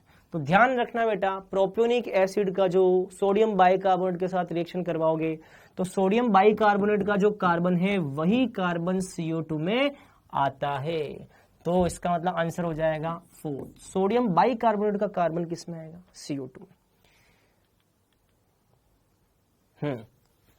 ये भी दिया था मैंने आपको, ये NaCN है यार, ठीक है, ध्यान रखना NaCN है, ये भी दिया था आपको मैंने। चलो इसको सॉल्व करते हैं, ठीक है। तो एसिटिक एसिड है, इसकी अभिक्रिया किससे करवाई है हमने? SOCl2 से। तो आपको पता है SOCl2OH की जगह क्या ले आएगा? Cl ले आएगा। ये A का आंसर हो जाएगा। चलो इसकी अभिक्रिया करवा रहे बेंजीन एनहाइड्रेट LCl3, इसकी अभिक्रिया हम करवा रहे बेंजीन से, ये बेंजीन LCl3 की उपस्थिति में। बेटा ध्यान रखना, इन दोनों की जो अभिक्रिया होती है फ्रीडेल क्राफ्ट अभिक्रिया होती है। फ्रीडेल क्राफ्ट एसिलीकरण क्या होता है? फ्रीडेल क्राफ्ट एसिलीकरण। फ्रीडेल क्राफ्ट एसिलीकरण में क्या होता है? बेंजीन पे लगा हुआ जो हाइड्रोजन है ये हटेगा, इसकी जगह क्या आएगा? एसिल समूह। तो मैं आपको एसिटिलीकरण या एसिलीकरण में बता चुका हूं कि किसी भी फंक्शनल ग्रुप से लगा हुआ हाइड्रोजन हटेगा, उसकी जगह CH3CO आएगा। तो ये आ जाएगा, बेंजीन से क्या लग जाएगा? ये आ जाएगा B। ठीक है, चलो B बन गया। फिर क्या दे रखा है? NaCN। चलो इसकी अभिक्रिया करवाते हैं NaCN से। आपको ये बात अच्छे से पता है कि NaCN या KCN, NaCN या KCN ये अभिक्रिया करते हैं तो क्या बनता है? साइनोहाइड्रिन बनता है। तो ये CN माइनस जो है ये जा करके आक्रमण करेगा, ये यहां चला जाएगा। तो इससे क्या बनेगा? देखो, इससे बनेगा बेंजीन, ये कार्बन, कार्बन पे लगा हुआ ऑक्सीजन, ये OH हो जाएगा, ये साइनाइड जाकर के कार्बन से लग जाएगा, ये CN आएगा, और साथ ही साथ यह क्या लग जाएगा? CH3 लग जाएगा। चलिए बहुत बढ़िया। तो ये क्या बन गया? ये बन गया C, साइनोहाइड्रिन। ये क्या बन गया? साइनोहाइड्रिन। चलिए और क्या दे रखा है? और H3O plus, H3O plus, H3O plus बोल दो। देखो H3O प्लस बोलो या H प्लस बोलो या OH माइनस बोलो, ये क्या करता है? ये CN को बदल देता है किसमें? COH में। कार्बोक्सिलिक एसिड चैप्टर में बता चुका हूं मैं आपको, ये OH, ये CH3, ये COOH, तो साइनाइड बदल जाएगा किसमें, COOH। ये आ गया डी। अब देखो ये ऑप्शन कहां दे रखा है, डी पूछा है ना, डी की संरचना होगी, देखो क्या आ रहा है, कार्बन पर OH आ रहा है, CH3 आ रहा है, COOH आ रहा है, OH CH3 COOH, OH CH3 COOH, answer क्या आ जाएगा, फर्स्ट आ जाएगा। इस तरीके से करना, ठीक है। चलिए, जल के लिए सर्वाधिक क्रियाशील कौन होगा, ठीक है। देखो जल के लिए क्रियाशीलता कैसे देखते हैं बेटा, इधर देखो, मान लो अगर आपको कोई कार्बोनिल समूह दे रखा है, ठीक है, ऐसा कुछ दे रखा है, ठीक है, इसकी आप क्रिया किससे करवा रहे हो, जल से। किससे करवा रहे हो, जल से क्रिया करवा रहे हो, ठीक है, इसकी आप जल से क्रिया करवा रहे हो।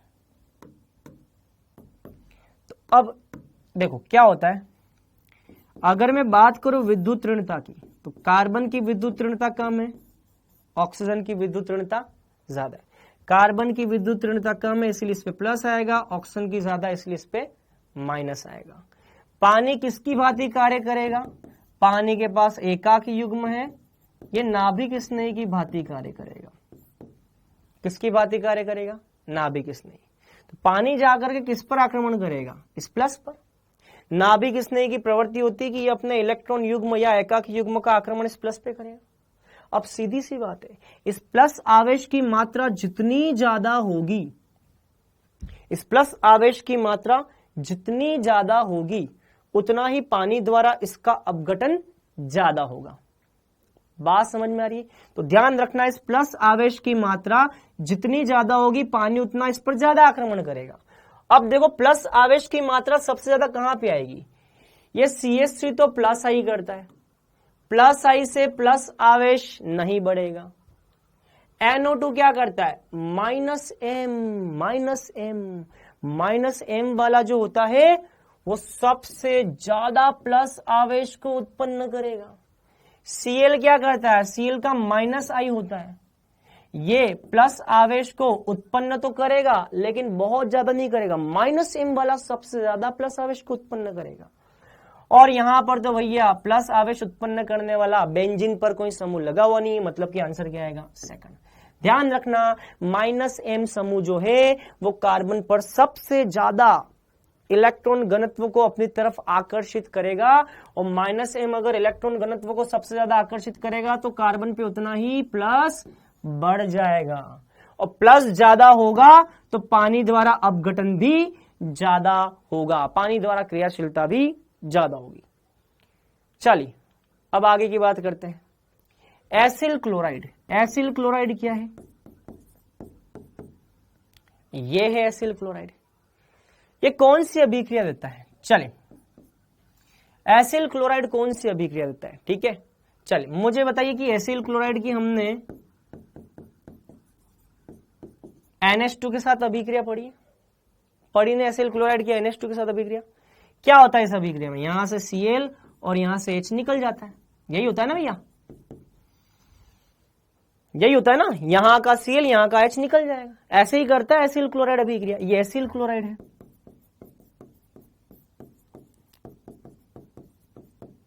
एसिलीकरण हमने पढ़ रखा है, एसिलीकरण में यहां का Cl यहां का H निकल जाता है, निकलता है। इसका मतलब यहां वाला Cl जो है इसको प्रतिस्थापित कौन कर रहा है, यहां का RNS समूह, तो क्या बन जाएगा CH3CONHR। ये एसिटिलीकरण की अभिक्रिया होती है, इसमें किसकी अभिक्रिया होती है, एसिटिलीकरण की अभिक्रिया होती है। तो आप मुझे बताओ Cl का क्या हो रहा है यहाँ पे, प्रतिस्थापन।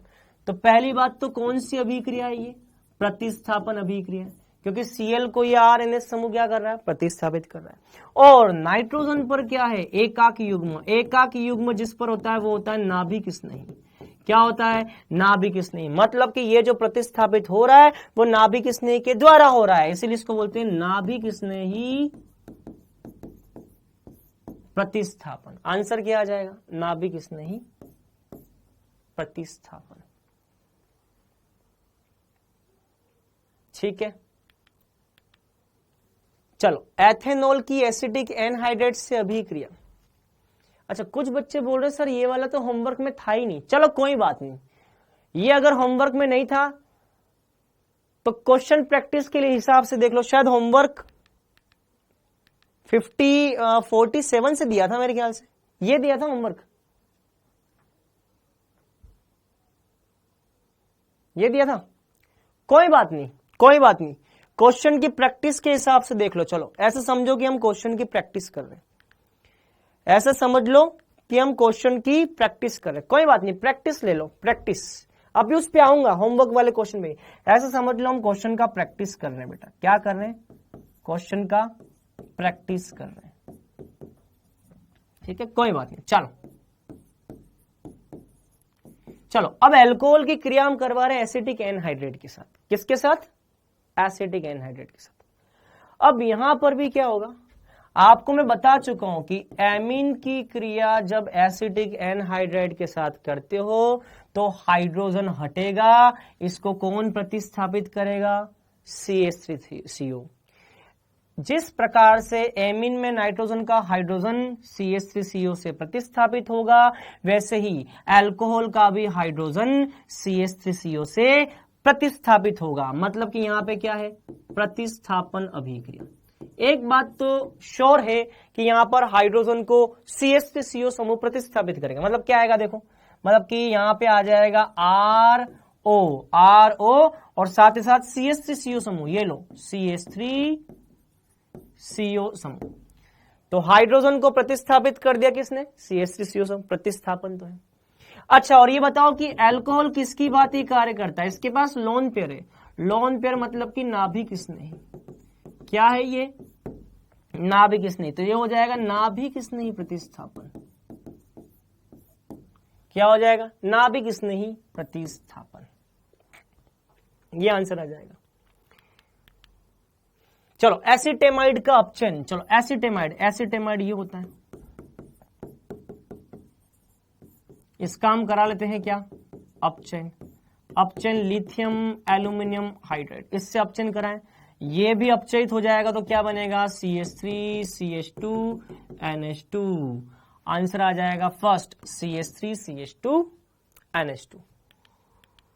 चलिए अगला, रोजनमुंड अपचयन द्वारा एल्डिहाइड का निर्माण। बताओ, रोजनमुंड अपचयन से एल्डिहाइड का निर्माण कौन करता है?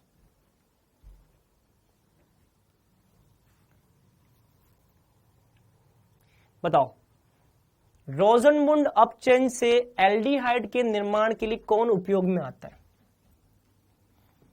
Acid halide. एसिड हैलाइड क्या करता था? रोजनमुंड अपचयन PDBSO4H2, यहां से क्या बनता था? एल्डिहाइड। Cl हटेगा और H लगेगा, तो इसको क्या बोलते हैं? रोजनमुंड अपचयन। क्या बोलते हैं? रोजनमुंड अपचयन। सर एक बार एसिटेमाइड का क्या लिखा है? एक बार एसिटेमाइड का प्रोडक्ट बता दो। ये लो एसिटेमाइड का प्रोडक्ट एथेनेमिन हो जाएगा बेटा। इसका नाम होता है एथेनेमिन। इसको हम बोलते हैं एथेनेमिन। ठीक है, ठीक है। चलिए अब आगे की बात करते हैं। ये भी हो गया। चलो ये बता दो, P2O5 क्या करता है? बताया था ना मैंने आपको। P2O5 क्या किया था? सर एक बार फोर्थ देख लो, ऑप्शन गलत है। अच्छा, फोर्थ के अंदर ऑप्शन गलत है। फोर्थ के अंदर क्या ऑप्शन गलत है भाई? फोर्थ के अंदर क्या ऑप्शन गलत है बेटा, बताओ। ठीक है ना ऑप्शन? फोर्थ के अंदर क्या ऑप्शन गलत है बताओ। सही है ना ऑप्शन? सही तो है? ठीक है, चलो आगे बढ़ जाते हैं। चलो, P2O5 क्या करता है? निर्जलीकरण।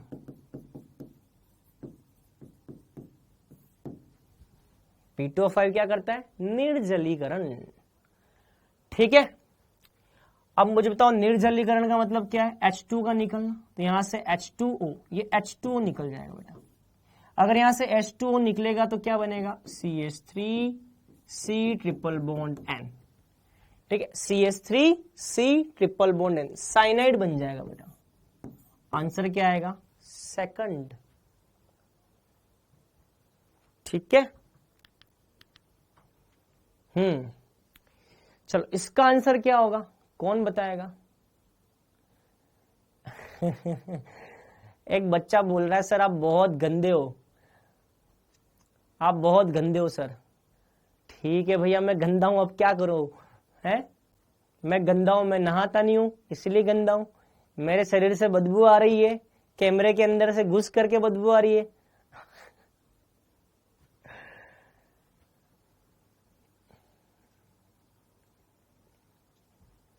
चलो क्या आंसर आएगा, कौन सी अभिक्रिया बताओ, ये कैनिज़ारो अभिक्रिया, कैनिज़ारो अभिक्रिया, कौन सी अभिक्रिया है, कैनिज़ारो अभिक्रिया।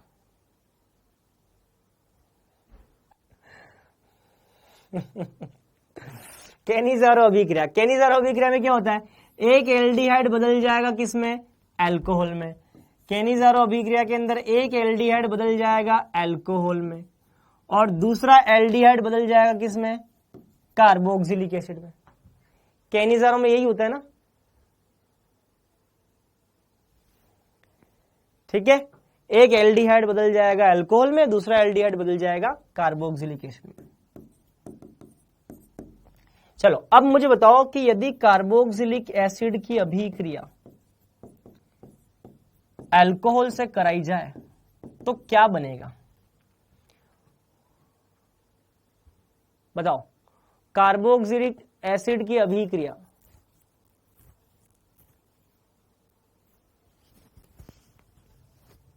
कार्बोक्सिलिक एसिड की अभिक्रिया अल्कोहल से अगर होती है तो क्या क्या बनेगा बताओ।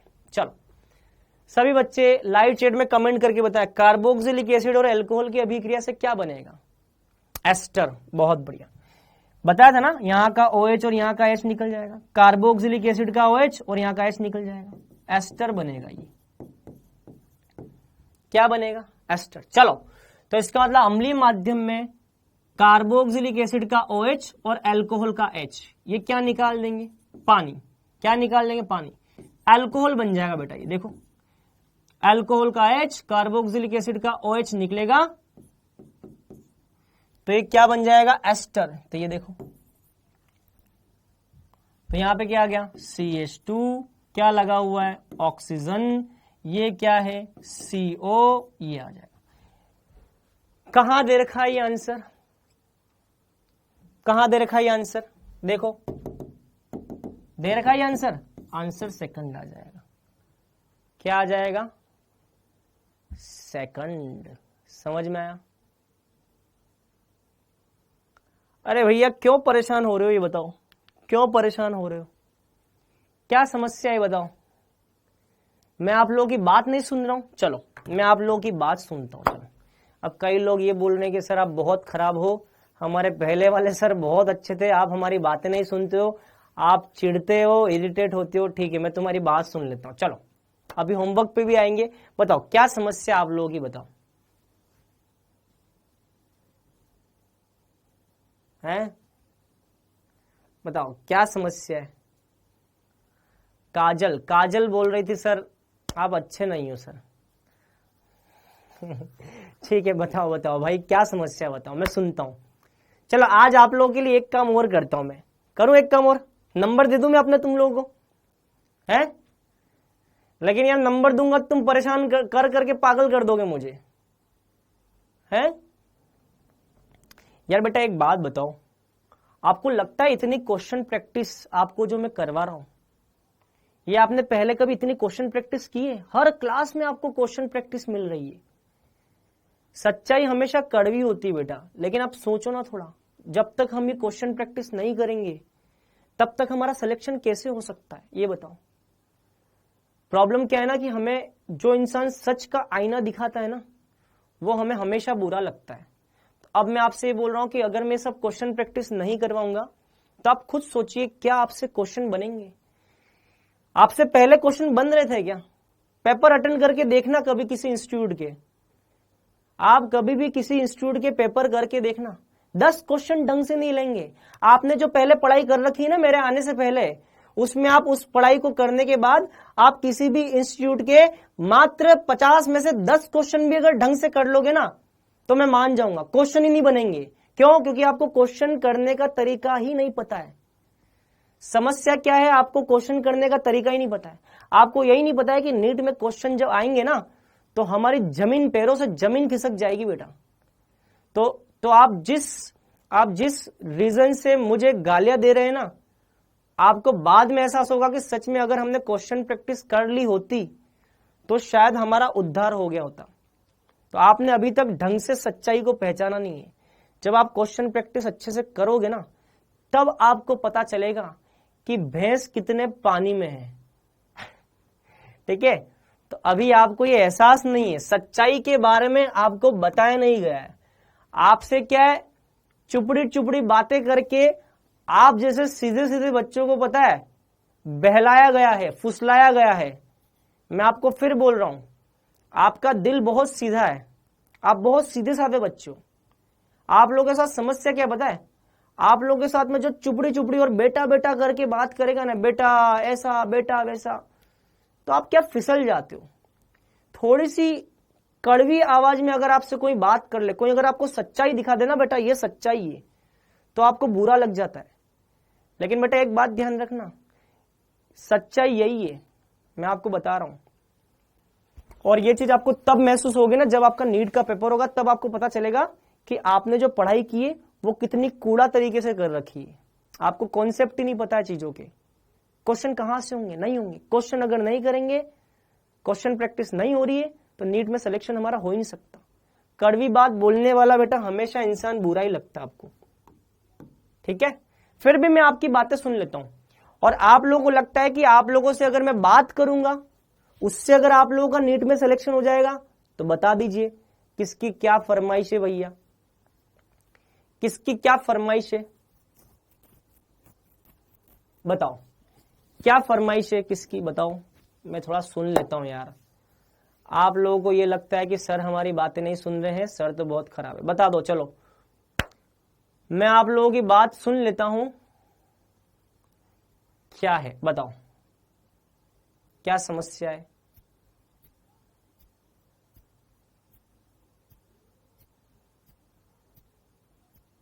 चलो क्वेश्चन करें अब। चलो चलिए क्वेश्चन करते हैं। बताओ इसका आंसर क्या आएगा? एसिटिक एसिड जो द्विलक बनाता है, द्विलक का मतलब पता है क्या होता है? द्विलक का मतलब होता है दो अणुओं का आपस में जुड़ जाना।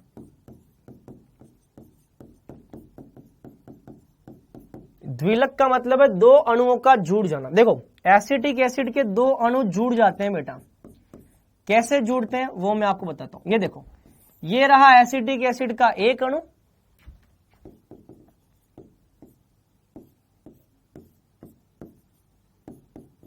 और ये रहा एसिटिक एसिड का दूसरा अणु। ये एसिटिक एसिड का एक अणु है, ये एसिटिक एसिड का दूसरा अणु है। तो दो अणुओं का जुड़ जाना, एसिटिक एसिड के दो अणु आपस में बेंजीन के अंदर क्या होते हैं? जुड़ जाते हैं। कैसे जुड़ते हैं? ऐसे, एच बंध द्वारा। ये बन गया एच बंध, ये बन गया एच बंध। तो बेंजीन के अंदर एसिटिक एसिड के दो अणु एच बंध द्वारा जुड़ जाते हैं। किसके द्वारा? एच बंध द्वारा जुड़ जाते हैं। सेकंड आंसर आ जाएगा इसका। बताओ हेल-वोलार्ड-ज़ेलिंस्की अभिक्रिया निर्माण में क्या प्रयुक्त होता है? हेल-वोलार्ड-ज़ेलिंस्की अभिक्रिया मैंने आपको बताई थी क्या है। तो अगर आपको याद हो तो मैंने आपको बताया था रेड फॉस्फोरस प्लस हेलोजन। याद है किसी को? रेड फॉस्फोरस और हेलोजन की उपस्थिति में यह हाइड्रोजन प्रतिस्थापित होता है। रेड फॉस्फोरस और हेलोजन की उपस्थिति में हाइड्रोजन हेलोजन से प्रतिस्थापित होता है। बताया था मैंने आपको, ये बताया था। इस कार्बन को अल्फा कार्बन बोलते हैं। अल्फा कार्बन पे लगा हुआ हाइड्रोजन हेलोजन के द्वारा प्रतिस्थापित होता है। क्योंकि ये हेलोजन अल्फा पर लगा हुआ है इसलिए इसको बोलते हैं अल्फा हेलो कार्बोक्सिलिक अम्ल या अम्ल। तो इससे क्या बनता है, अल्फा पर हेलो है तो अल्फा हेलो कार्बोक्सिलिक अम्ल। चौथा आएगा आंसर। 50वां, चलो एस्टरीकरण बताओ, एस्टरीकरण में क्या होता है, एस्टरीकरण के अंदर क्या होता है, एस्टरीकरण के अंदर कार्बोक्सिलिक एसिड का OH किसके द्वारा प्रतिस्थापित होता है, कार्बोक्सिलिक एसिड का OH OR- के द्वारा प्रतिस्थापित होता है। कार्बोक्सिलिक एसिड का OH कौन प्रतिस्थापित करता है, OR। यही होता है ना, अरे यही होता है ना, कार्बोक्सिलिक एसिड के OH की जगह कौन आता है, OR। कार्बोक्सिलिक एसिड के OH की जगह कौन आएगा, OR आएगा। आंसर 4 आ जाएगा। ठीक है। 51, ये क्वेश्चन कैसे होगा, चलो पहले हम बात करते हैं बेरियम एडिपेट की।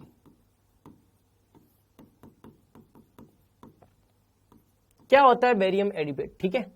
देखो एडिपेट शब्द बना है एडिपिक अम्ल से।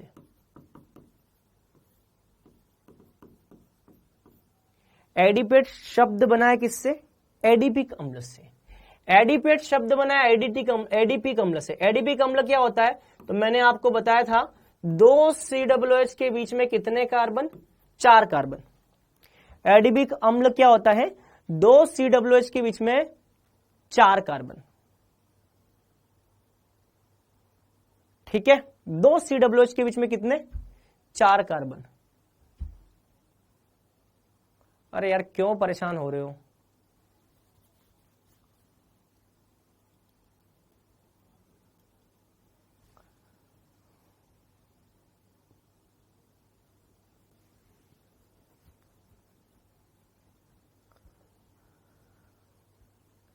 क्या क्या बातें लिख रहे हो भैया, क्यों समस्या, क्यों परेशान हो रहे हो बताओ, हैं क्यों परेशान हो रहे हो, क्यों परेशान हो रहे हो।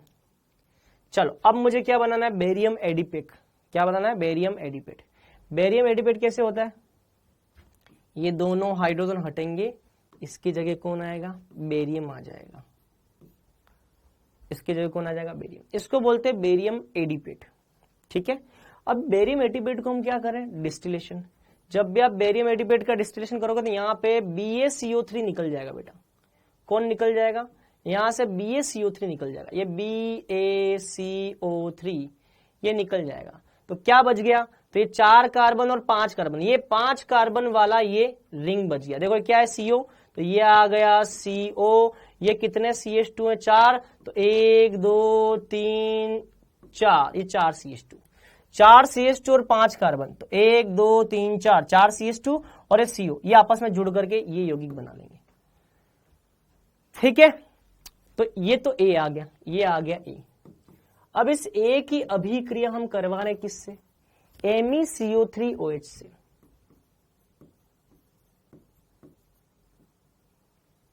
इसको बोलते हैं परोक्सी एसिड।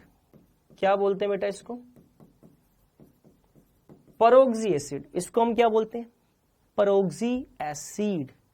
परोक्सी एसिड क्या करता है बेटा, परोक्सी एसिड की प्रवृत्ति होती है, ये ऑक्सीकरण करता है। परोक्सी एसिड यहां से एक ऑक्सीजन निकाल करके कार्बन और पहले कार्बन के बीच में इंसर्ट करता है। तो देखो क्या हो जाएगा, तो ये कार्बन, यहां पे ऑक्सीजन, ये पहला कार्बन, ये दूसरा, तीसरा, चौथा, और यहां पे क्या था, CO, और ये बन जाएगी बेटा वलय। तो ध्यान रखना, परोक्सी एसिड की प्रवृत्ति होती है ऑक्सीकरण करने की, ये एक ऑक्सीजन यहाँ पे इंसर्ट करता है। या तो यहाँ पे घुसा दो ऑक्सीजन, या फिर इन दोनों के बीच में यहाँ पे, या तो यहाँ से इंसर्ट करवा दो या फिर यहाँ पे एंटर करवा दो, दोनों में से कहीं भी, या तो यहाँ करवा दो यहाँ पे, दोनों में से कहीं भी एक ऑक्सीजन आ जाएगा, ऐसा बन जाएगा। आंसर इसका आ जाएगा सेकंड। देखो 5 कार्बन की वलय, 5 कार्बन की वलय, 5 कार्बन की वलय, उस पे कीटोन आ जाएगा। इस पे हमने क्या करवा दिया, एक ऑक्सीजन बीच में इंसर्ट करवा दिया, एक ऑक्सीजन बीच में इंसर्ट हो गया। तो ये आंसर आ जाएगा बेटा, सेकंड आंसर आ जाएगा इसका। ठीक है, चलिए अब बात करते हैं इसकी। ये रिएक्शन मैंने क्लास में करवाई थी, इसकी अमोनिया से रिएक्शन करते हो क्या बनता है, थैलेमाइड बनता है, थैलेमाइड बनता है। ठीक है, थैलेमाइड आ जाएगा इससे। आंसर 53 ये तो हमने कर लिया, आई थिंक 53 तो कर लिया है ना। इसका आंसर तो मैंने बता दिया, 53 तो पहले आ चुका है। यही है 53। ये OH हटेगा, इसकी जगह क्या आएगा, Cl आएगा। फिर बेंजीन के साथ फ्रीडेल क्राफ्ट ऐसा रिलेशन होगा तो B आ जाएगा। फिर साइनोहाइड्रिन बनेगा, C आएगा। और फिर आप करते हो अम्लीय H+ या OH- की उपस्थिति में जल अपघटन, तो ये आ जाएगा। ये तो हम कर चुके हैं, बन गया ये तो। अच्छा, इसका आंसर क्या होगा? एक बात ध्यान रखना, लिथियम एल्यूमिनियम हाइड्राइड जो वो सभी का अपचयन करता है। ये इतना प्रबल अपचयक है कि सबका अपचयन कर देगा। और NaBH4 जो होगा बेटा, ये केवल एल्डिहाइड, कीटोन, ठीक है, और साइनाइड, इनका ही अपचयन करता है। ध्यान रखना बेटा, LaH तो सभी का अपचयन करेगा और NaBH4 एल्डिहाइड कीटोन और एसिड हैलाइड, साइनाइड नहीं, एसिड हैलाइड का ही अपचयन करता है।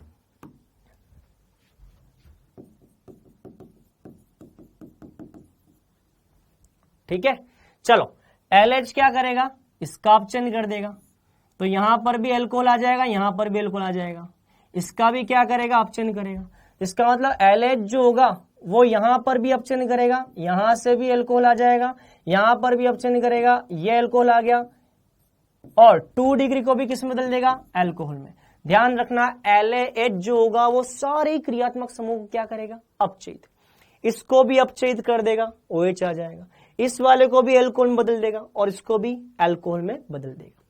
चलो इसकी बात करें, NaBH4 जो होगा, ये NaBH4 केवल एल्डिहाइड कीटोन एसिड हैलाइड को ही करेगा। तो एल्डिहाइड कीटोन, ये रहा एल्डिहाइड कीटोन रहा, तो कीटोन को ही करेगा, मतलब कि यहां से आंसर ये आएगा, ये आंसर आएगा, ये केवल कीटोन को करेगा। तो NaBH4 केवल कीटोन को या एल्डिहाइड को अपचयित करेगा, जबकि LH सबको अपचयित करेगा, मतलब कि A का आंसर ये आ जाएगा और B का आंसर ये आ जाएगा। देख लो कहां क्या दे रखा है, आंसर मेरे ख्याल से 3rd दे रखा है, ये आंसर आ जाएगा। ठीक है, यहां तक की बात क्लियर। ये हो गया काम तमाम। ठीक है, अब बताओ भैया आप क्या समस्या। चलो आज थोड़ा हम बात कर लेते हैं, 1-2 मिनट में आपके लेना चाहूंगा, बात कर लेते हैं।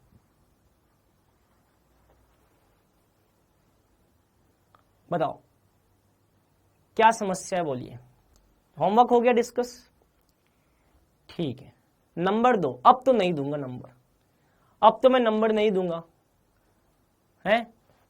तुम लोग मुझे गाली भी देते हो और फिर मैं तुमको नंबर भी दूं ताकि तुम मुझे फोन पर भी गाली दो, है?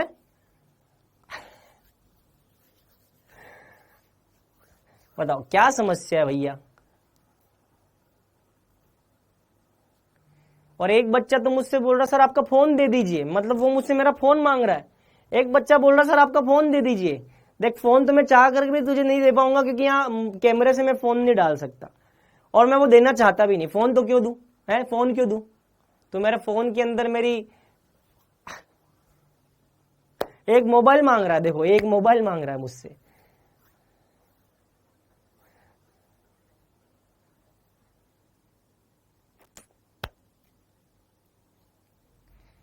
सर कितने घंटे डेली सेल्फ स्टडी करनी पड़ेगी? अरे यार देखो कोई लिमिट नहीं है, ठीक है? आप जितने घंटे पढ़ाई करेंगे उतना आपके लिए अच्छा रहेगा। अब क्या है ना, जनवरी आ चुका है तो मेरा मानना जनवरी भी अब एंड होने वाला है।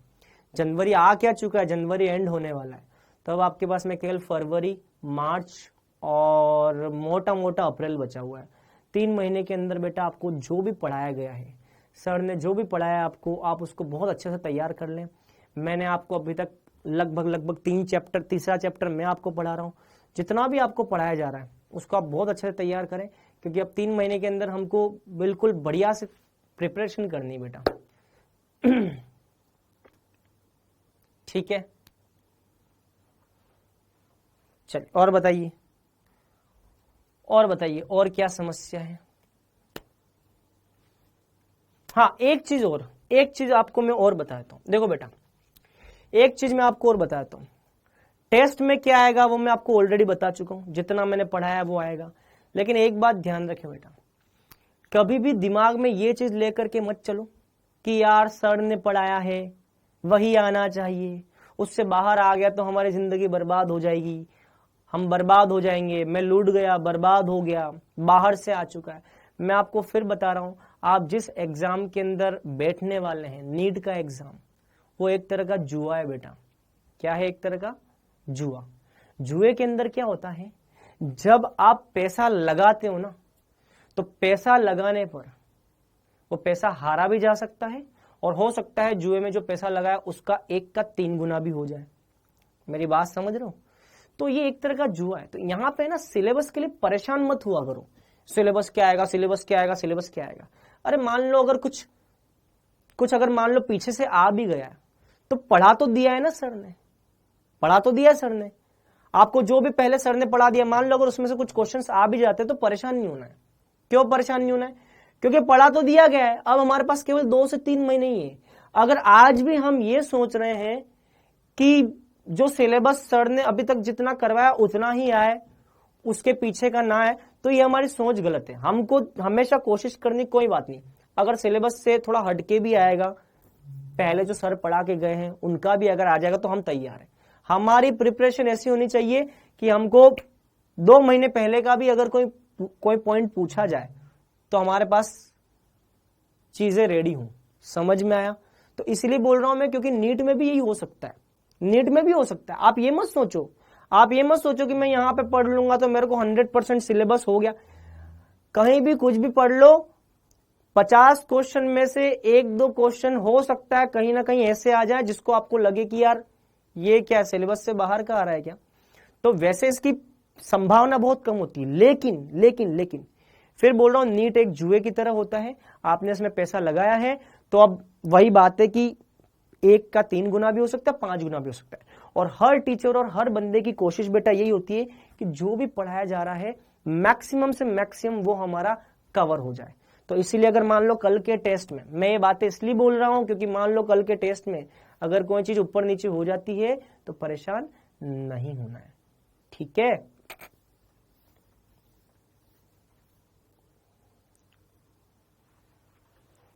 ठीक है, क्लियर? चलो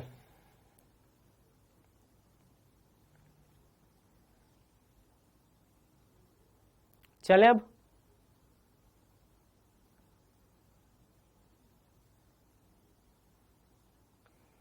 मैं फिर बोल रहा हूं, क्वेश्चन प्रैक्टिस आपको करनी ही करनी है। बायोमोलिक्यूल चैप्टर की प्रैक्टिस में कल से स्टार्ट करवाऊंगा। अगर अभी तक नहीं की है तो हम कल से अब बायोमोलिक्यूल की स्टार्ट करेंगे। और जो मैं करवा चुका हूं कार्बोक्सिलिक अम्ल और अमाइंस, उनके मैंने बहुत सारे क्वेश्चन की आपको प्रैक्टिस कराई है। आप अभी उनको अच्छे से प्रैक्टिस करें, जितना मैंने करवाया वो करें, मॉड्यूल के क्वेश्चन करें। जैव अणु की प्रैक्टिस हम अगली क्लास से स्टार्ट करेंगे। मैं कोशिश करूंगा थ्योरी भी कवर हो जाए और क्वेश्चन की प्रैक्टिस भी करें। ठीक है बेटा, क्लियर? आज फिलहाल कोई होमवर्क नहीं है, कल से मैं आपको फिर होमवर्क दूंगा। आज होमवर्क नहीं है, आज होमवर्क नहीं है। आज आपका होमवर्क यही है कि जो पढ़ाया गया है उसकी थ्योरी बहुत अच्छे से तैयार कर ले। ठीक है? आपका कल टेस्ट भी है इसलिए मैंने फिलहाल होमवर्क नहीं डाला है। आपका कल एग्जाम भी है इसलिए मैंने अभी आज होमवर्क नहीं दिया है, ताकि आप अच्छे से बैठ करके प्रिपेयर करें। और फिर अगली क्लास मतलब कल की क्लास में मैं आपको कुछ भी होमवर्क थोड़ा बहुत आपको दे दूंगा। ठीक है? ठीक है, चलो आज तक का आएगा। बिल्कुल बिल्कुल बिल्कुल। सर मॉड्यूल कहां पर मिलेगा? मॉड्यूल आपकी एक ऐप पर अवेलेबल है।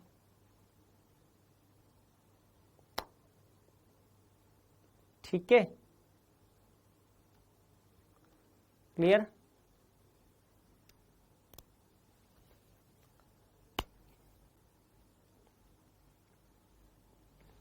अब बाकी सब बातें हम बाद में करेंगे। आज मेरे ख्याल से टाइम बहुत हो गया है। मुझे अब लगता है आप लोगों की बहुत सारी समस्याएं हैं। सर ऐसा हो जाए तो क्या होगा, वैसा हो जाए तो क्या हो जाएगा। हम देखेंगे किसी और सेशन में इन सारी चीजों को कवर करेंगे। ठीक है, चलिए आज के लिए बेटा इतना ही। ठीक है, चलिए अब आराम से जाइए, पढ़ाई करिए। कल क्लास भी आपकी सुबह क्लास लेने वाला हूं। अभी जो टाइम बचा हुआ उसमें आप प्रिपेयर करें चीजें, ठीक है चीजों को। चलो आज के लिए इतना ही, चलो बाय बाय, टेक केयर।